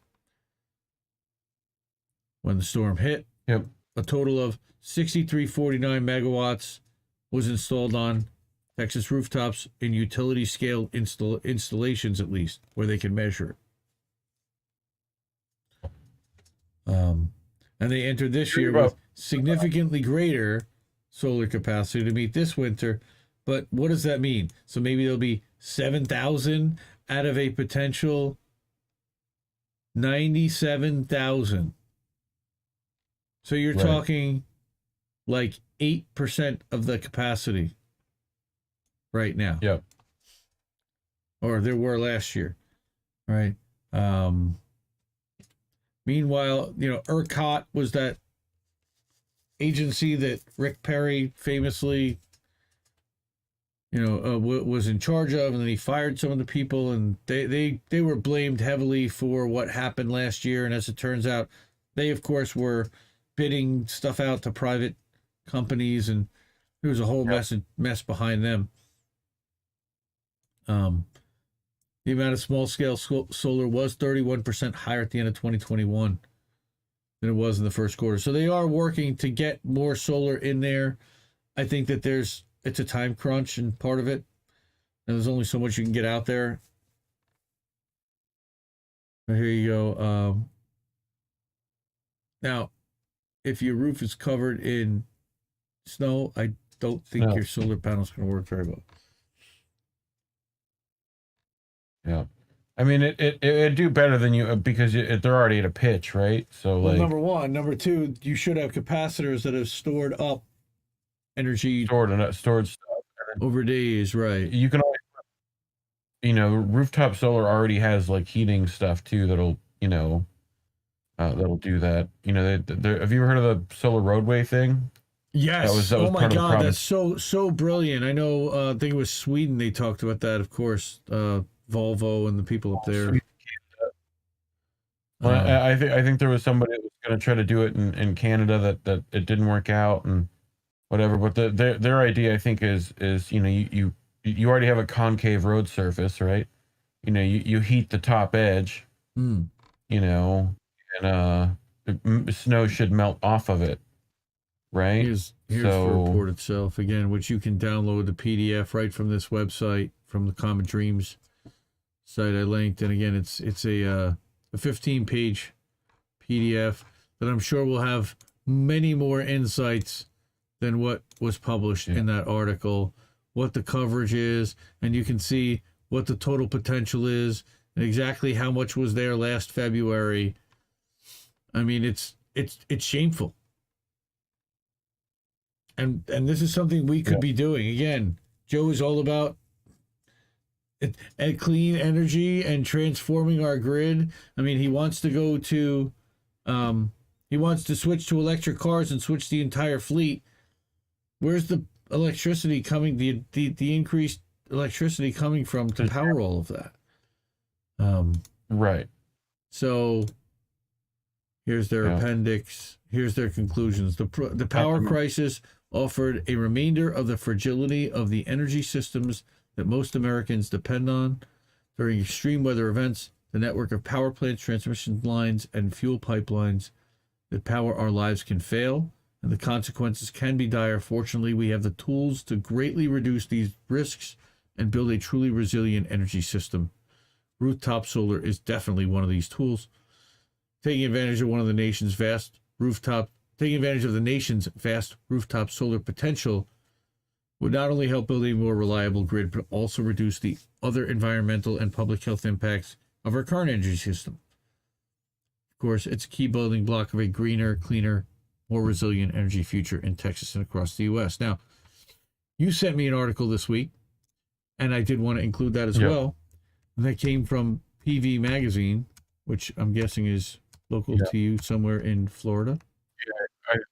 It's a local. Yeah, there's I found it on Reddit, so who knows where it came from, but it's definitely the Florida part was what I cared about, right? So Florida there's man. right. So there's a net metering bill that's coming up that might mess with rooftop solar here. Right. So I'll let you take over a bit, but again, under this, it says right here, under the proposed reduction to the compensation, 93% of surveyed solar shoppers say that they are no longer interested in buying. So they effectively are trying to kill public interest in this program by killing the subsidy that would make it affordable to everyone to install, when we need to be going in the exact opposite direction. Yeah.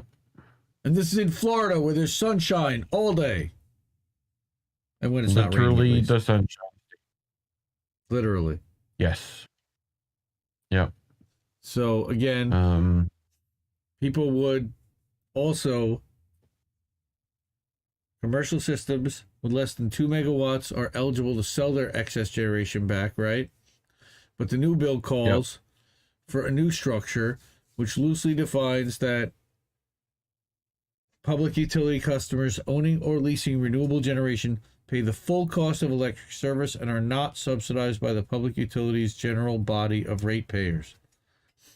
So now you can't sell your excess energy back to the energy companies is effectively what they're saying. You can give it to them, but that they are not allowed to buy it. Right. Well, part of the problem is that in Florida, you have to be on grid, right? They won't let you off grid for the most part, right? So you have to, your house has to be linked to, the grid power, which means that your solar is most likely going to be linked to that grid power. And if you're making any, right, it's not part of what happens here. Like I've got solar on the roof here, right?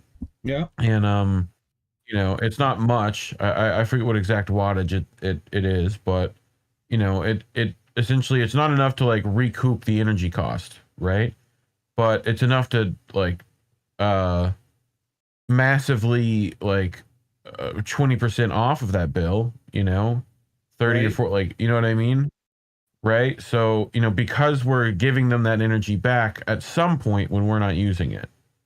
Right? Right. So, you know, um, but like that's pennies here and there, but I mean that saves up over a month of energy, and you end up with like $300-400 knocked off your, you know, bill. So it's essentially claiming that that's you're probably already going to be charged for the power you're using, you know.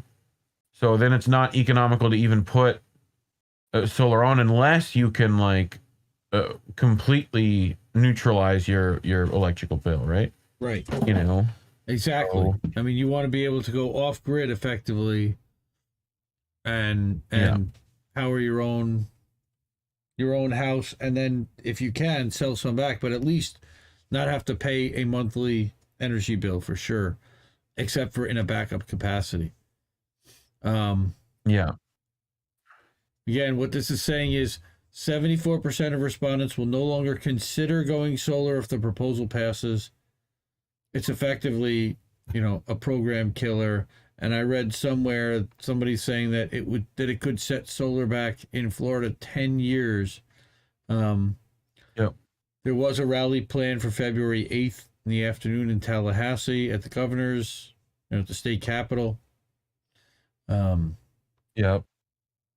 Again, 90,000 of the 8.5 million electric consumers in Florida are topped with solar.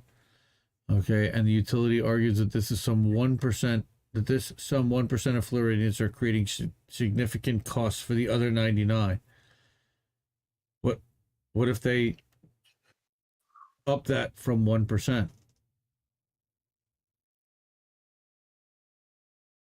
Yeah. You know? Or they increase that coverage.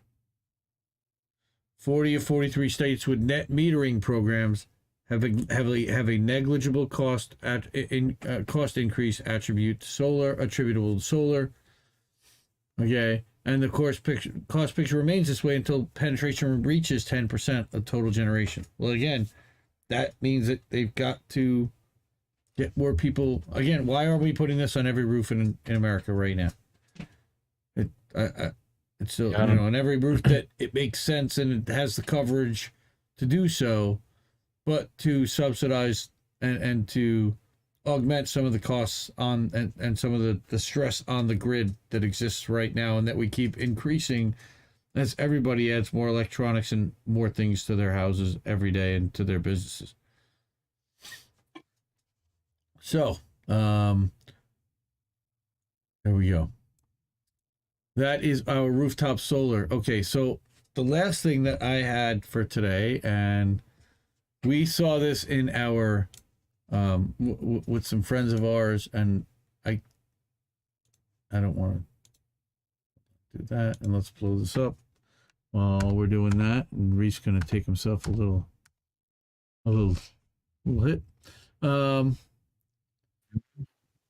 Apocalypse Now. Oh yeah. Thank you, Johnny Vedmore. Whitney Webb, Unlimited Hangout. By all means, dead birds falling from the sky and raining down on cars.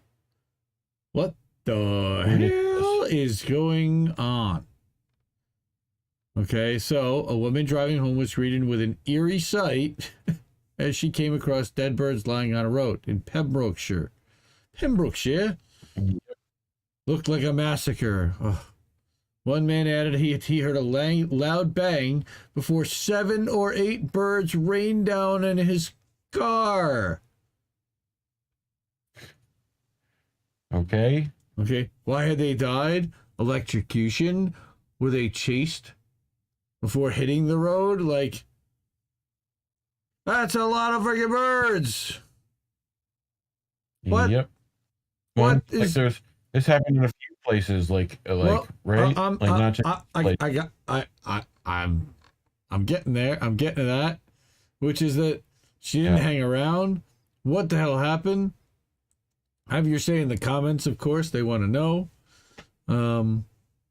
It's like hundreds of birds in the sky, and all of a sudden they just died and fell to the ground. It was quite surreal last night, to be honest with you. Not something I've ever experienced before. No, me neither, I would have to say. I would imagine that it would be traumatic to see hundreds of birds dead laying on the floor, on the ground outside your house. Yes. It even managed to scoop up one of the stunned birds and take it home still alive. Wait. She thought the birds had died on impact and even managed to scoop one of the stunned birds up and take it home. She's planning to release it later today.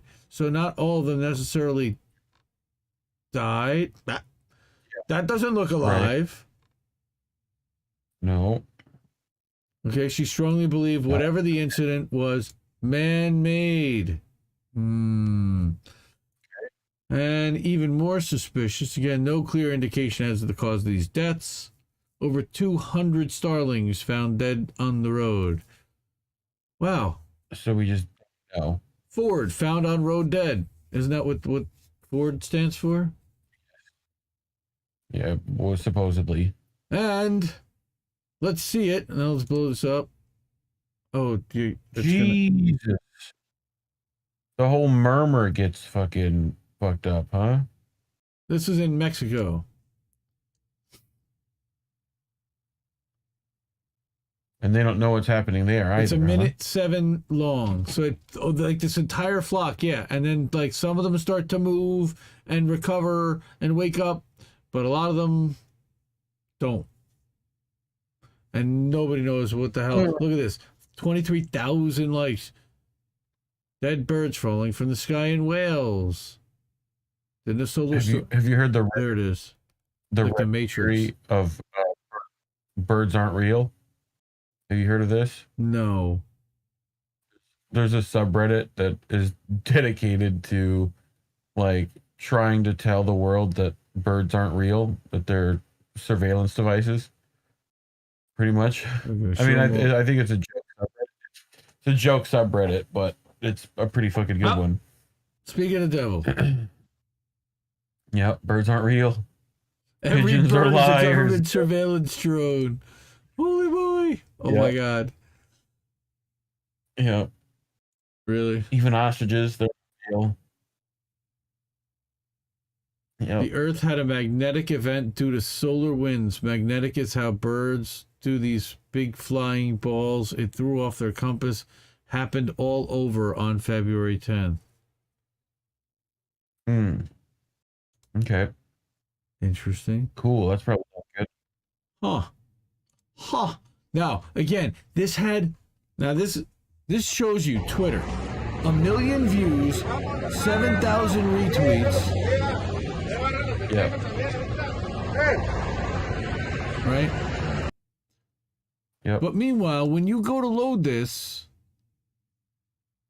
it shows you one thread and then more tweets. Yeah. You have to click here to show more replies to see like the deal. Like I'm already looking at this, right? Thousands of replies. Right. Thank you, Twitter, for suppressing the fact that this was a huge, huge shared story. They're trying to suppress this. Why? Yeah. All right. Who knows? That was my apocalypse now. I have no idea what the hell's going on with that, but that was crazy shit. So, right. Those were all of the stories that I had, and wow, it was over 2 hours of stuff that I had alone. Almost 2.5. I told you I had a lot of stuff today. Uh-huh. All right. Ready for some boats? I watch YouTube. Boats that smash into other boats. Wow. There you go. Oh, Here hey, I am. It's me. Hey. Big. You big. Bigly. Tremendous. I had to press this button here. Oh, wow. So, we were talking about this earlier, that owl thing, the superb one, right? Mm-hmm. And they caught, right, the warm up to the halftime show. Yeah, he's warming up. Right, he's warming up. I He's didn't know getting this had toasty. music. 'Cause I didn't. But yeah, he's just chilling out, hitting the fucking Nice. weed right before halftime for He's the in that national little- football. He's in this little house on stage in a halftime show. Yep. Like, I watched the halftime Yep. show. It was insane. Oh, I'll have to go check it. I missed it. It was really good, But actually. so happy Valentine's Day. I got a heart-shaped bong for you.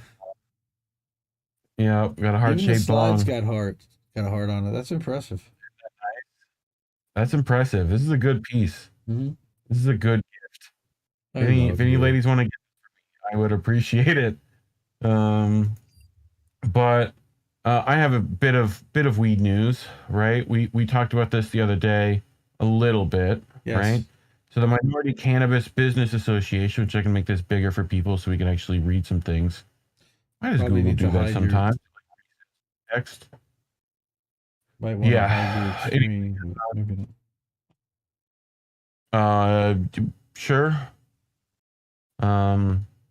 So on February 10th, the Minority Cannabis Business Association, MCBA, will take the first steps on a journey to usher in a new era of social equity, right, with the release of the National Cannabis Equity Report and Equity Map, with support from the ArcView Group and associated with Weed Maps and Parallel. So bunch of big money trying to get on this so that they can appear, good. The report and map provides critical data from social equity programs as well as the other policies impacting equity in medical and adult use markets. Right? Equity map is a dynamic tool for advocates, lawmakers, and stakeholders to gather and track policies that will provide an understanding and analysis of the numerous barriers to entry for minority operators on a state and municipal level. As new states and policies come online, the report and map will be continuously updated to reflect the current standing of the social equity in the country, at least on weed businesses. So they want to empower advocates and all that good stuff. 7 initial conclusions to be used to re-examine state social equity programs, which include the use of non-race criteria and social equity qualifications, timely funding, license caps, and ownership bans for individuals with past cannabis convictions. Sure. So that's the major thing that they want to deal with, right? 41 policy points from several states, right? Who's on the MCBA? I wondered.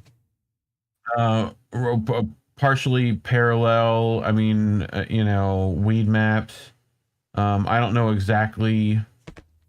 Says David Abernathy, Principal ArcView Consulting and MCA board member, right? We at least know one. With this seminal work, we can finally start to account for what's worked and what hasn't, and use that knowledge to create more well-crafted and effective social equity provisions and make the shifts that are essential as we move forward. So, access the National Cannabis Equity Report. I'll put that link in chat. There you go. So Eric always blames Putin. That's a good bet. Blame Putin. Good bet. RFU Group. But yeah, this is a press release. Okay. So they're looking out for minority-owned weed maps businesses, or cannabis businesses in partnership with Weed Maps, who performs a great service. Yep. Pretty much. Nice. Pretty much. Cool. Get some weed news. Oh, hey, all around the world. Take over the world. Also, this looks like a pacifier to me. It sure I know does. it's a dab cap. It does look like a pacifier to me, but I just thought it was a nice little piece. So, in other news, Delta 9 THC can be detected and quantified in the semen of men who are chronic users of inhaled cannabis. So good news, I guess. For what? Shit, it's a study. I mean, I don't know. What? Um, Well, are they literally trying to pull the THC out of my semen? Is that what they're trying to do? What? I'm just saying you might be able to argue the benefit is, What? you know, What, that it's medicinal? Like for medicinal purposes? Is that what you're talking about? Honey, you need to have sex with me because I'm full of THC for medicinal purposes. Yep. Okay, just wanted to make sure you were going there. Okay. Yep. Yeah, I was, in fact. I'm glad you quantified. Thank you. Thank you, I, sweetheart. that is the opinion of, yes. Age and BMI of participants. Yeah, I mean, it just goes through and says that there was quantifiable levels pretty much, right? That, you know, so like, okay.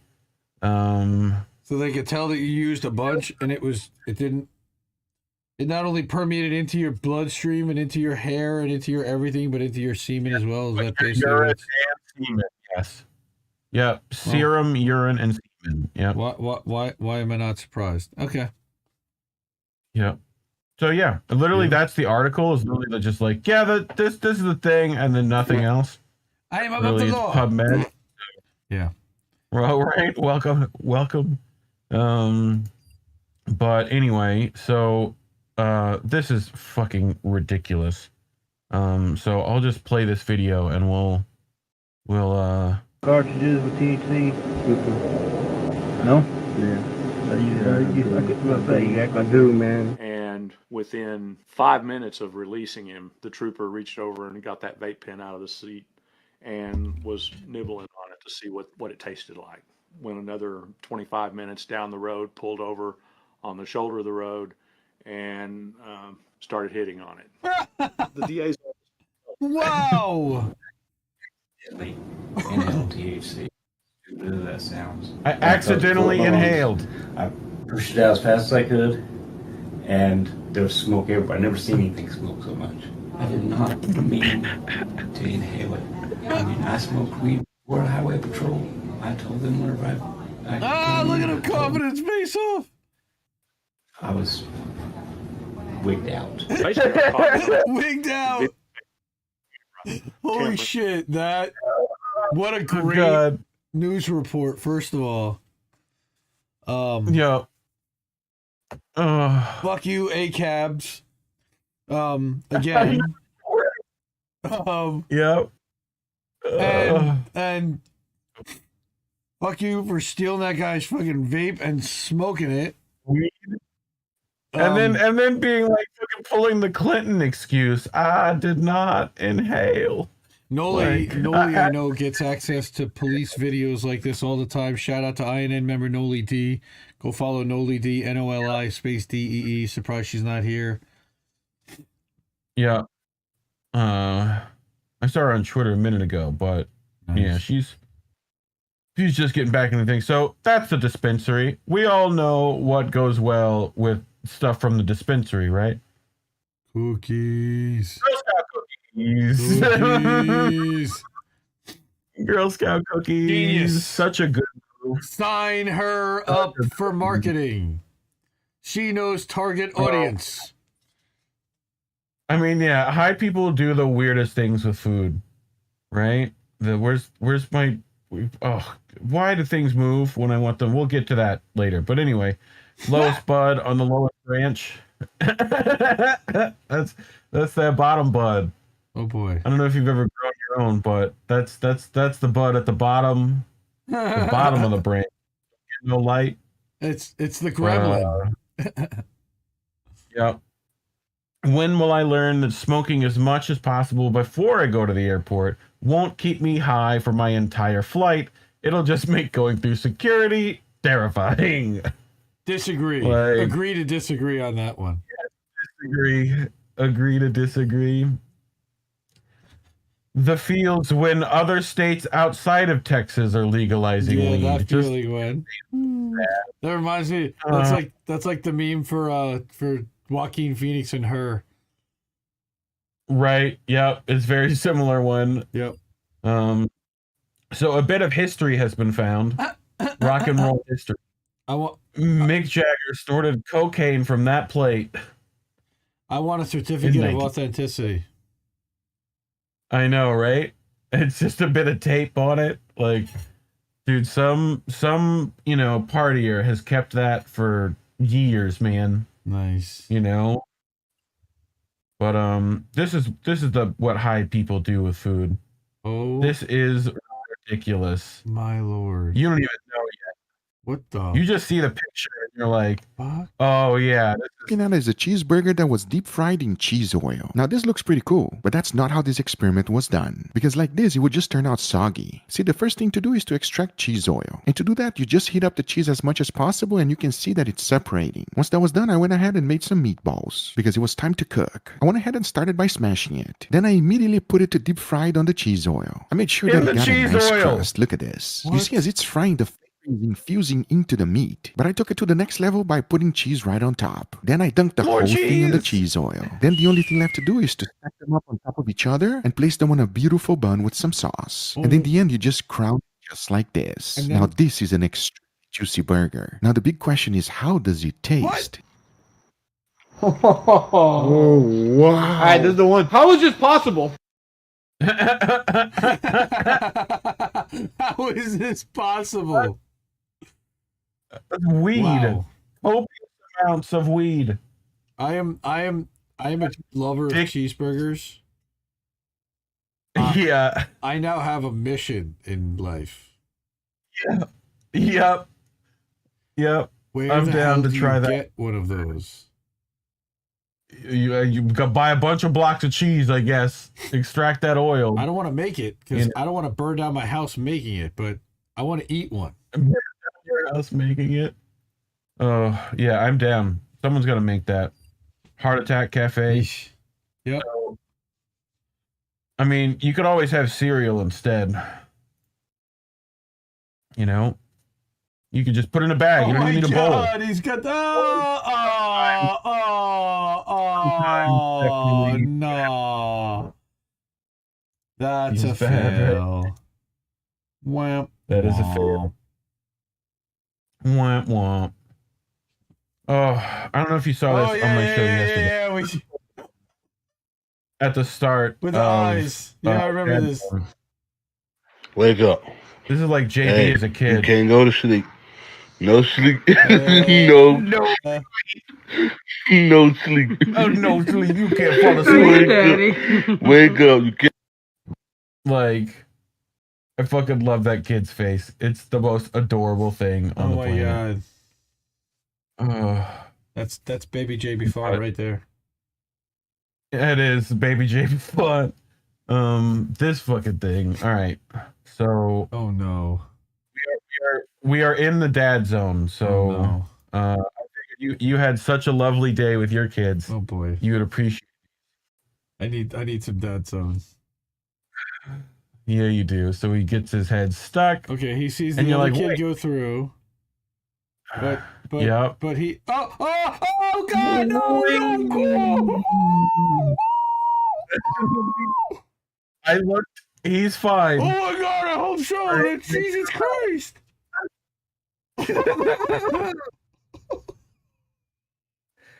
Kids are fucking dumb. Oh my Kids are god! dumb. Oh, it looks like a hanging, dude. I know. Dude, get that off my screen. That looks awful. Take that down. Oh, stop! You're gonna give me DMCA in a second. We gotta stop the YouTube part of this. Oh my god! Ah! What do you mean? We're gonna lose everyone. Don't. Oh my god! Everyone's here. Everybody switch to Twitch. All right, we're fine. Flower Girl just wait. Wait.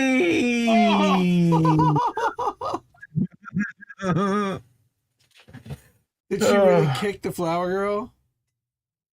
Yep. Nice. She was the flower girl. Like she threw the flowers. No, she took out the girl behind her in the backflip. Yeah.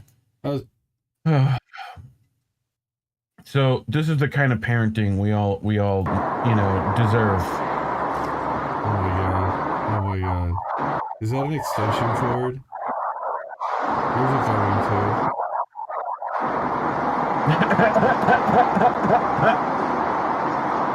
Do the swing. Wait, it's pulling the swing for the kid. Oh my god, dude. That's dad level genius. That's dad level right there. That's dad level genius right there. I have the worst neighbors. No, you have the funniest neighbors. Oh, kindergartner makes 911 call after dad drives through red light. Oh no. Like, oh, that's my kid right there. I could never disown my child for being gay or sexually active, but if I raised a snitch, they have to pack their shit and go. You know? I love that. You know, it's really funny you say that. Because last week we had a snow day. Okay? And I'm working downstairs. And I got a phone call and it said that it was the police department. And is everything okay in the house? Yes, everything's fine. Do you have any children in the house? Yes, I do. Do you think any of them might have called 911? Yes, I do. Sure enough. Do you think any of them could have called? Yeah. Like, yes. Anyway. That's quite possible. Well, after several denials, my son did come out and say, fine, yes, I did it. Right? That's funny. He's 4.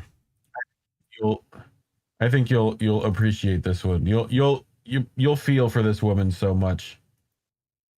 Like, Jade. Oh, sorry, mommy. I'm so sorry. Fucking kids crying. The other kids like fucking run away. And she's like, oh god.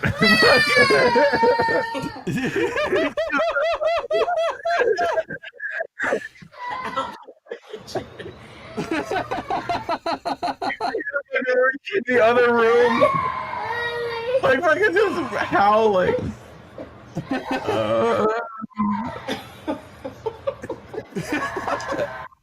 The other kid's not even crying.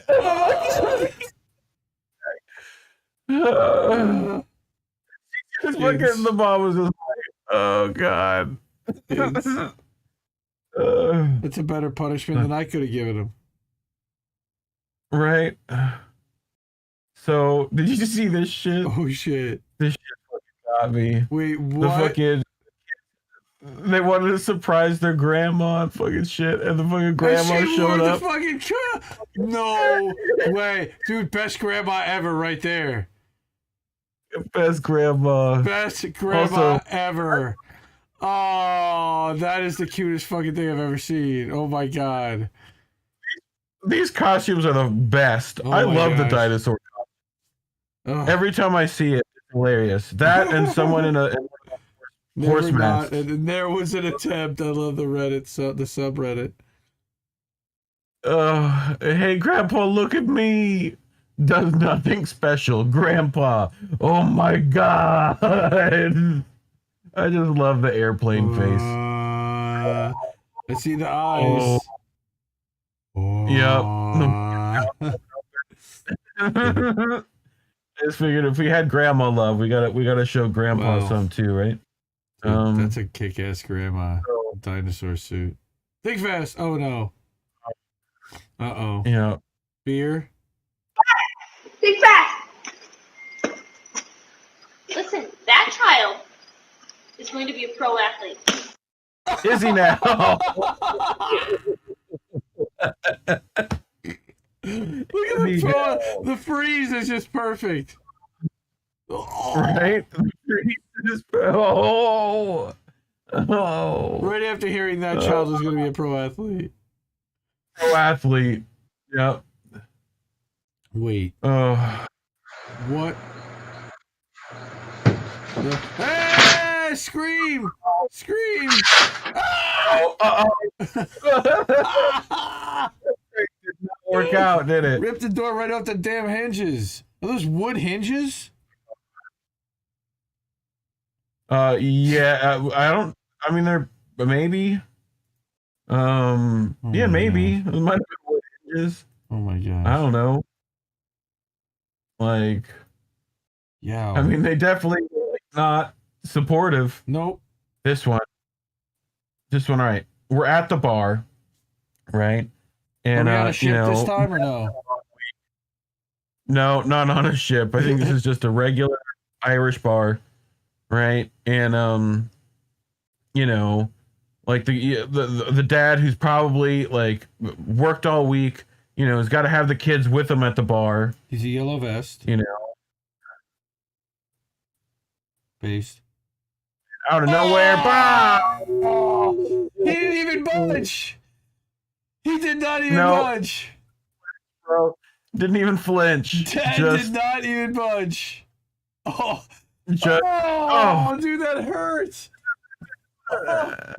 Not even like they didn't even pay any attention. Okay, whoever that guy kid is not getting up anytime soon. Wow, can I see the rest of the video, please? Yeah. I think that was Nobody it. move. Oh, and wait, this kid. Oh, bartender shit. got him. Bartender got him. Kid, you okay? You need anything? Damn, that hurts. Oh no! Don't give a kid sushi. You ever tried giving? You ever tried like using chopsticks? I'm a chopstick guy, but my kids are not. Yeah, me too. It's like playing hockey. Pick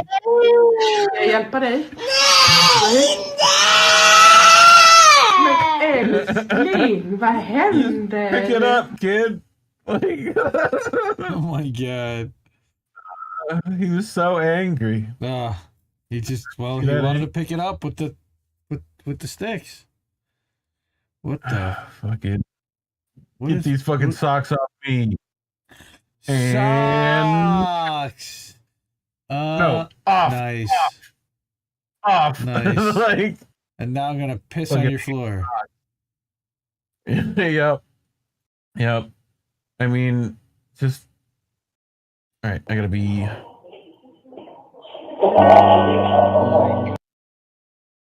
So. Okay. He scares cat. Right. Well, cats like to get revenge. So. Oh my god. We're gonna get him. Oh shit. We're not gonna fucking do shit. What are you doing, cat? It just stands there. An effort was made. Guess what subreddit that's from? It was an attempt, like I said. Yeah. Cats do get revenge eventually. Oh! Surprise, motherfucker! Only if somebody throws him first. Where did that cat come from, dude? And it's just like everyone's like, "Oh shit, what the fuck?" Anyway, he just cleared the table. Look at this. What? Why?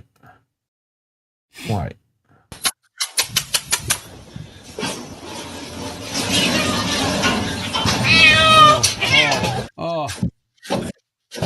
Why is there so many? Natural selection right there. It's so fucking dumb. There's way too many cats in one space.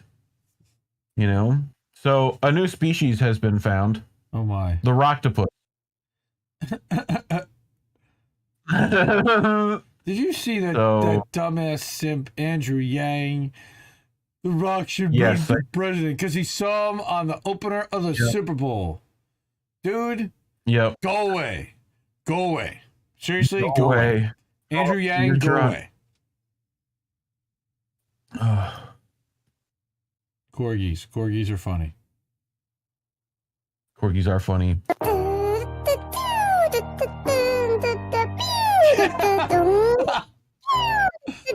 The music is great. Great.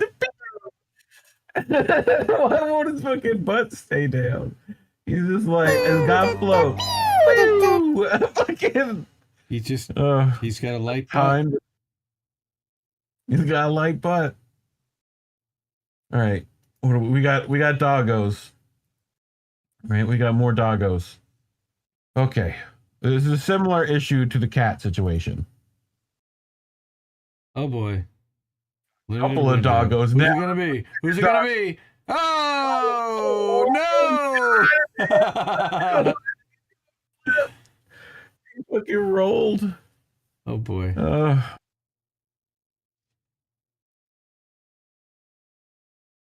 So this one, that's a duck. Right, it's got flag.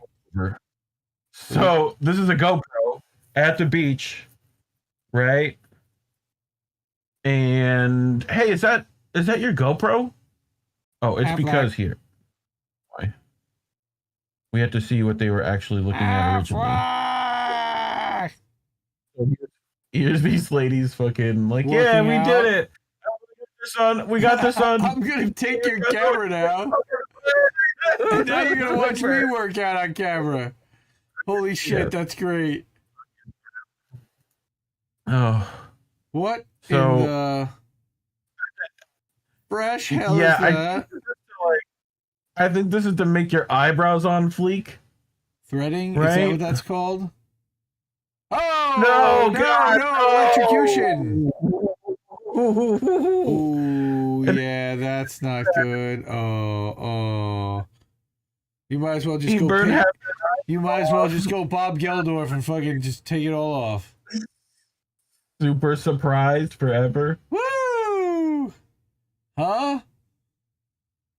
Turns out a very bad idea. Wow. A very bad idea. Sta com força. Vou bater aquele futebol, ó. Tá com força nas pernas. We gotta train for soccer. What is... Oh no. Oh no. Oh! Bands hurt badly. Oh God. Bands. It hit him like right in the back. Bands are not your friend. Sorry. No. I have a bunch of them right there on that wall back there. Not a I fan try of not to bands. do Not the kind of bands I dumb like stuff. to watch. Right. So Is that Trump? this one's long. This is Romania, but good guess. They look like Trump. This one's a long one. You just got to be along for the ride on this one. I mean, it's a minute long. Not that Okay. long. That's not bad. It's just pole dancing, so I'm down with that. This is a wedding. And the fucking wife. Look at the bride's face. This isn't it. This is not the. Yes. Did she pull down the whole tent? Please tell me she doesn't pull down the tent. What were you saying?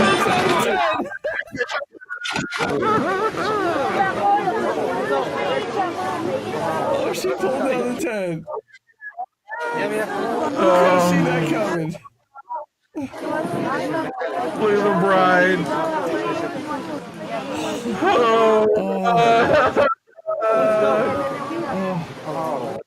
She's just like, oh my God, Becky. I'm gonna fucking kill Becky. Oh, that bitch in the red dress. I didn't even want her to come. I didn't want her to come. Oh God. Who the fuck invited her? Dude, whoever friend she is, she's not their friend anymore. No. Or they're best of friends, one of the two.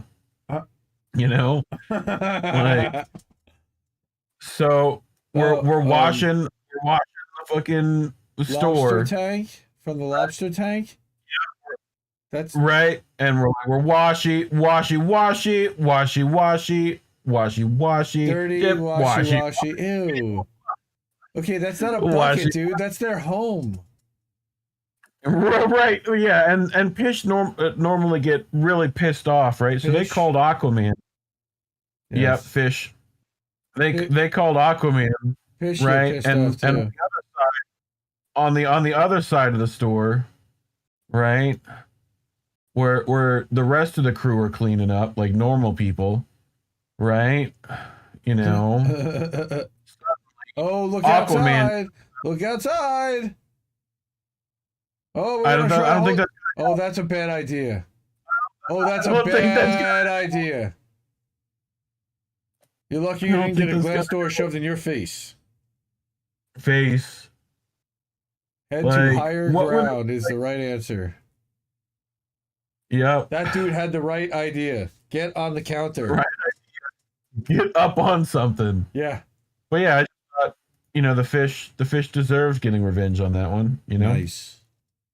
Putting a mop in a dirty water like that. You ever been on rope swings before? Sure. You ever seen when people fuck up rope swings? It hurts. Oh no. Oh, I was right. It's on the way back. It's on the way back that like yep. You think it's gonna happen then. Yep. You know? No, it's you'll fucking love this one. All right. And a hard-fought battle on both ends. Each team, well, they had their differences, but they're showing good sportsmanship here. Is never mind. Never mind.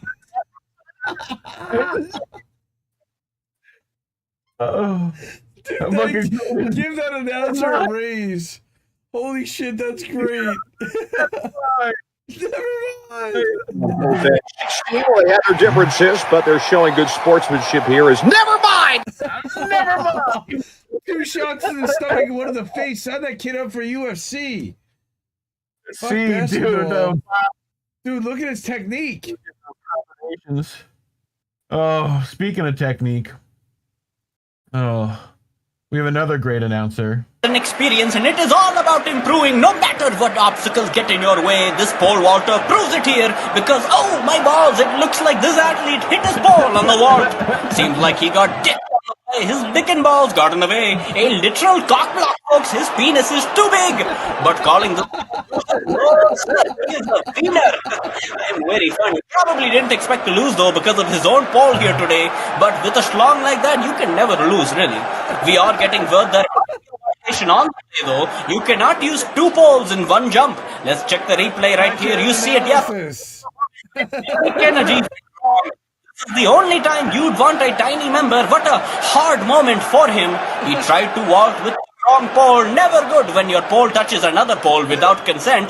But you will learn that no matter in life, you will always face stiff competition. Turns out to be himself this time. If only it were a bit colder. Oh, God. If only it were a bit colder. I'm a teenager. Yeah, that's funny shit. I'm an infantile fucking person. That's okay. So many dad jokes in that shit. All right, so you see this line right here? Uh-huh. This line right here. You're not supposed to park to the other side of the line, right? Okay. You're not supposed to go outside.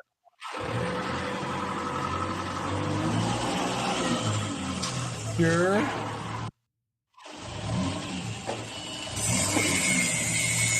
Look at the line of them. Wait. This guy is like just.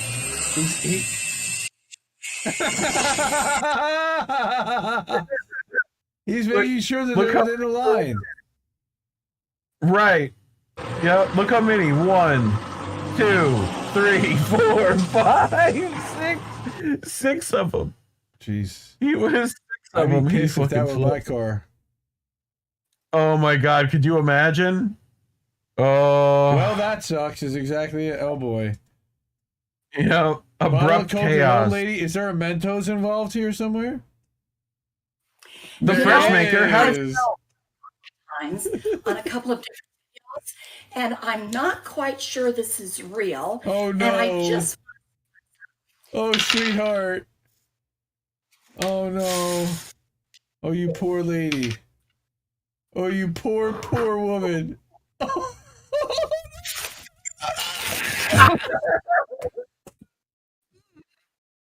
That's just fucking funny. It's just is funny.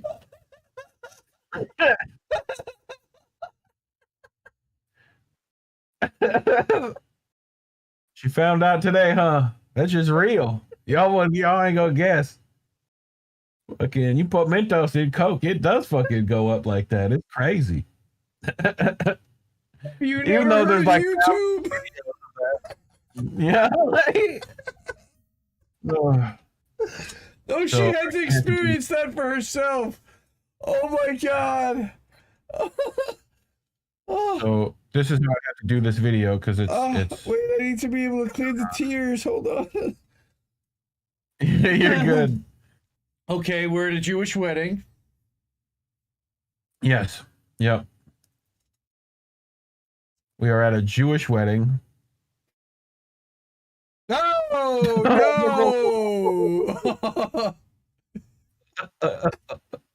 That's fucking funny, dude. Very funny people. I'm They're gonna very start a funny. stampede. 3 died. 3 died.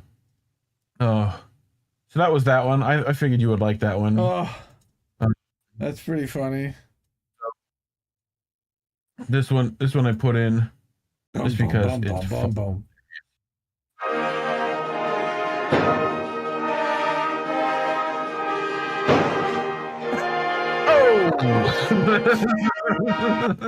Nice. No. I have had that. Wait, why is the arrow pointed at her now? She got hit. Oh, it just didn't move when it was pointing at him. I got it. Yep. Oh, that sucks to be her. Sometimes it's the sound that makes things the most funny, right?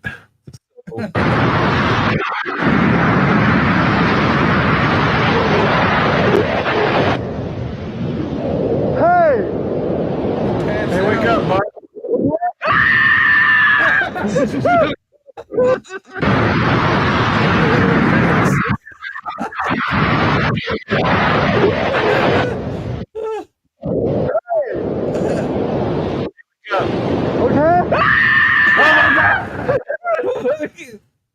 Dude, if you came to, wait a minute. If you came to after passing out, and you were suspended you would be in air attached to some dude, that would be my reaction too.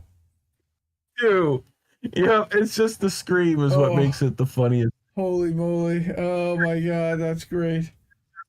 Hilarious. This another good one. That's his antenna. He's gonna cook it. He's gonna crack it. He's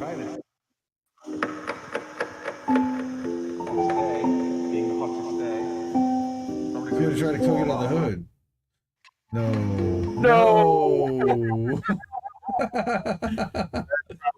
Congratulations. You played yourself. Yep. Where's the soundboard with that? Nice. I know. I need to put it in there. You have it. And then falls into the fucking ice. That's thought that another was a good- congratulations. You played yourself. Played yourself. Yep. Which one is this one? Wild West. Okay. Yeah. Do you know how to lasso something? I do. You ever? I don't know how. I know of it. Okay. I was taught at one point, but what you don't do is this. Wow! Do. Stand in front of the cow. A Budo. But it's not even that's a regular cow. That's not a bull. That's just a cow. That's a cow that was threatened and decided he was gonna beat the shit out of that dude. That's what he. Yep. That guy will be okay, but he definitely got the wind knocked out of him. Oh, that hurt. Yeah.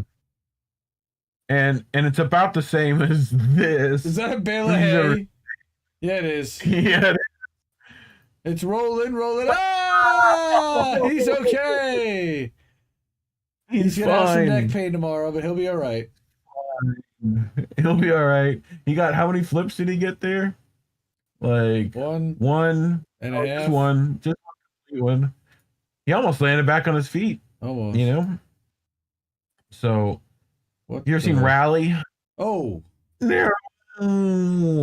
I think I'll just stand behind that wall. Yeah. Got a great shot though. Look, he goes for it. I could get a good shot. Lost his legs. He pulls up and fucking like I can get that. Like talk about nonchalant. I think I'll save my legs today. Is ridiculous. Like, all right. So we just saw one near miss, right?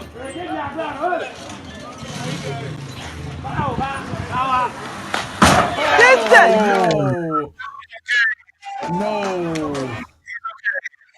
That was not a near miss. That was a near hit. No.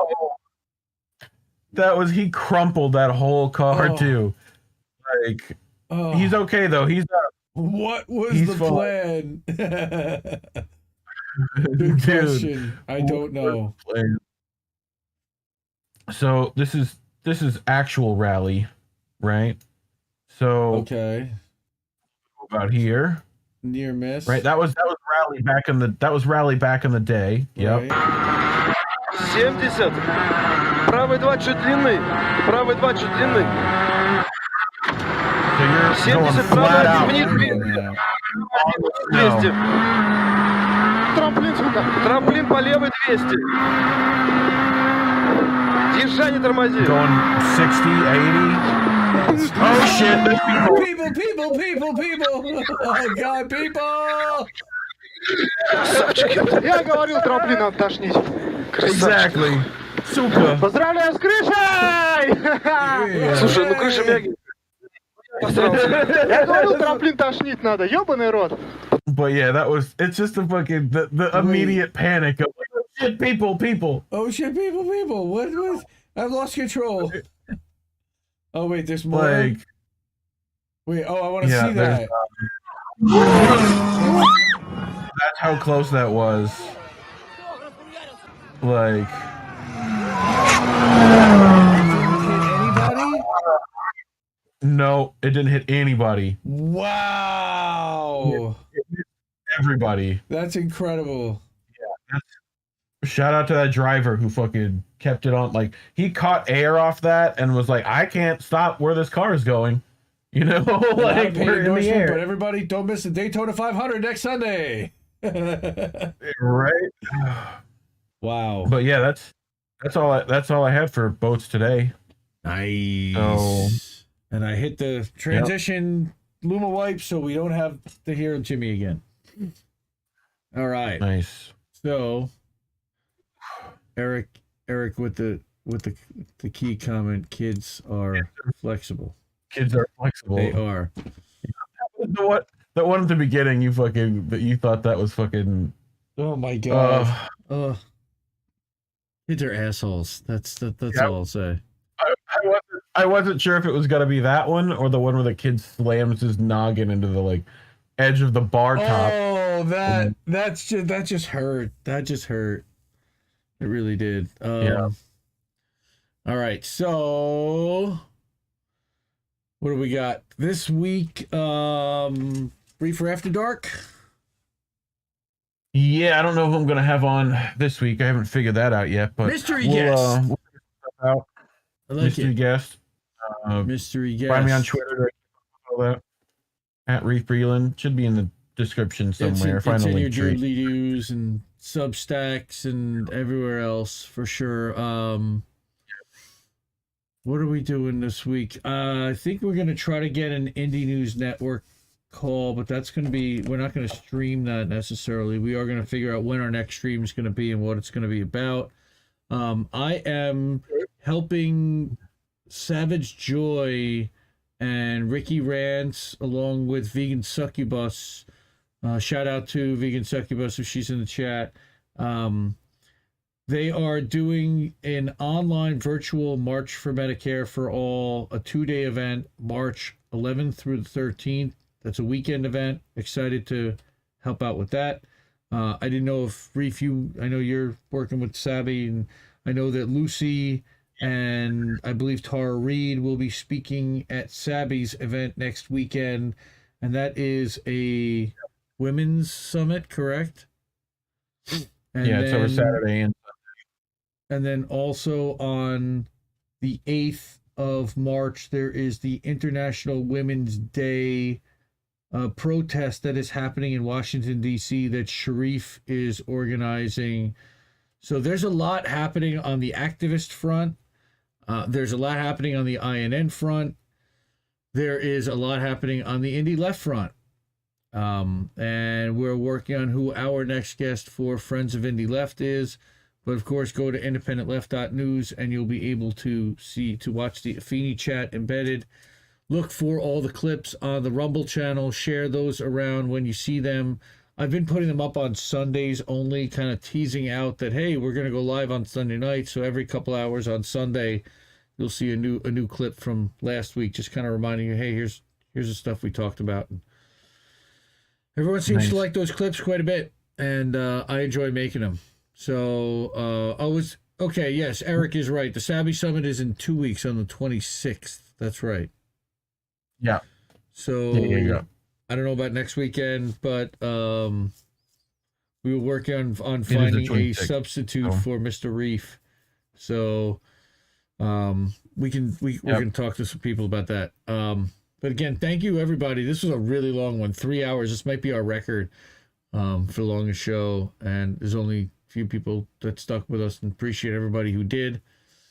Check out, listen for the clips, the podcast, and follow this guy. Follow us on Instagram, on Twitter, everywhere. co-fee/Reef Breland, co-fee/IND Left News if you want to hook us up with some cash, a couple bucks. And Valerie, everyone, all the ladies, happy Valentine's Day. Again, to my wife, happy Valentine's Day. Love you, baby. Couldn't do this without your help. Yeah. And have a great night, everybody. And we will see you next week for another all new How Did We Miss That? Have a great night. Bye, everybody. Listen to what little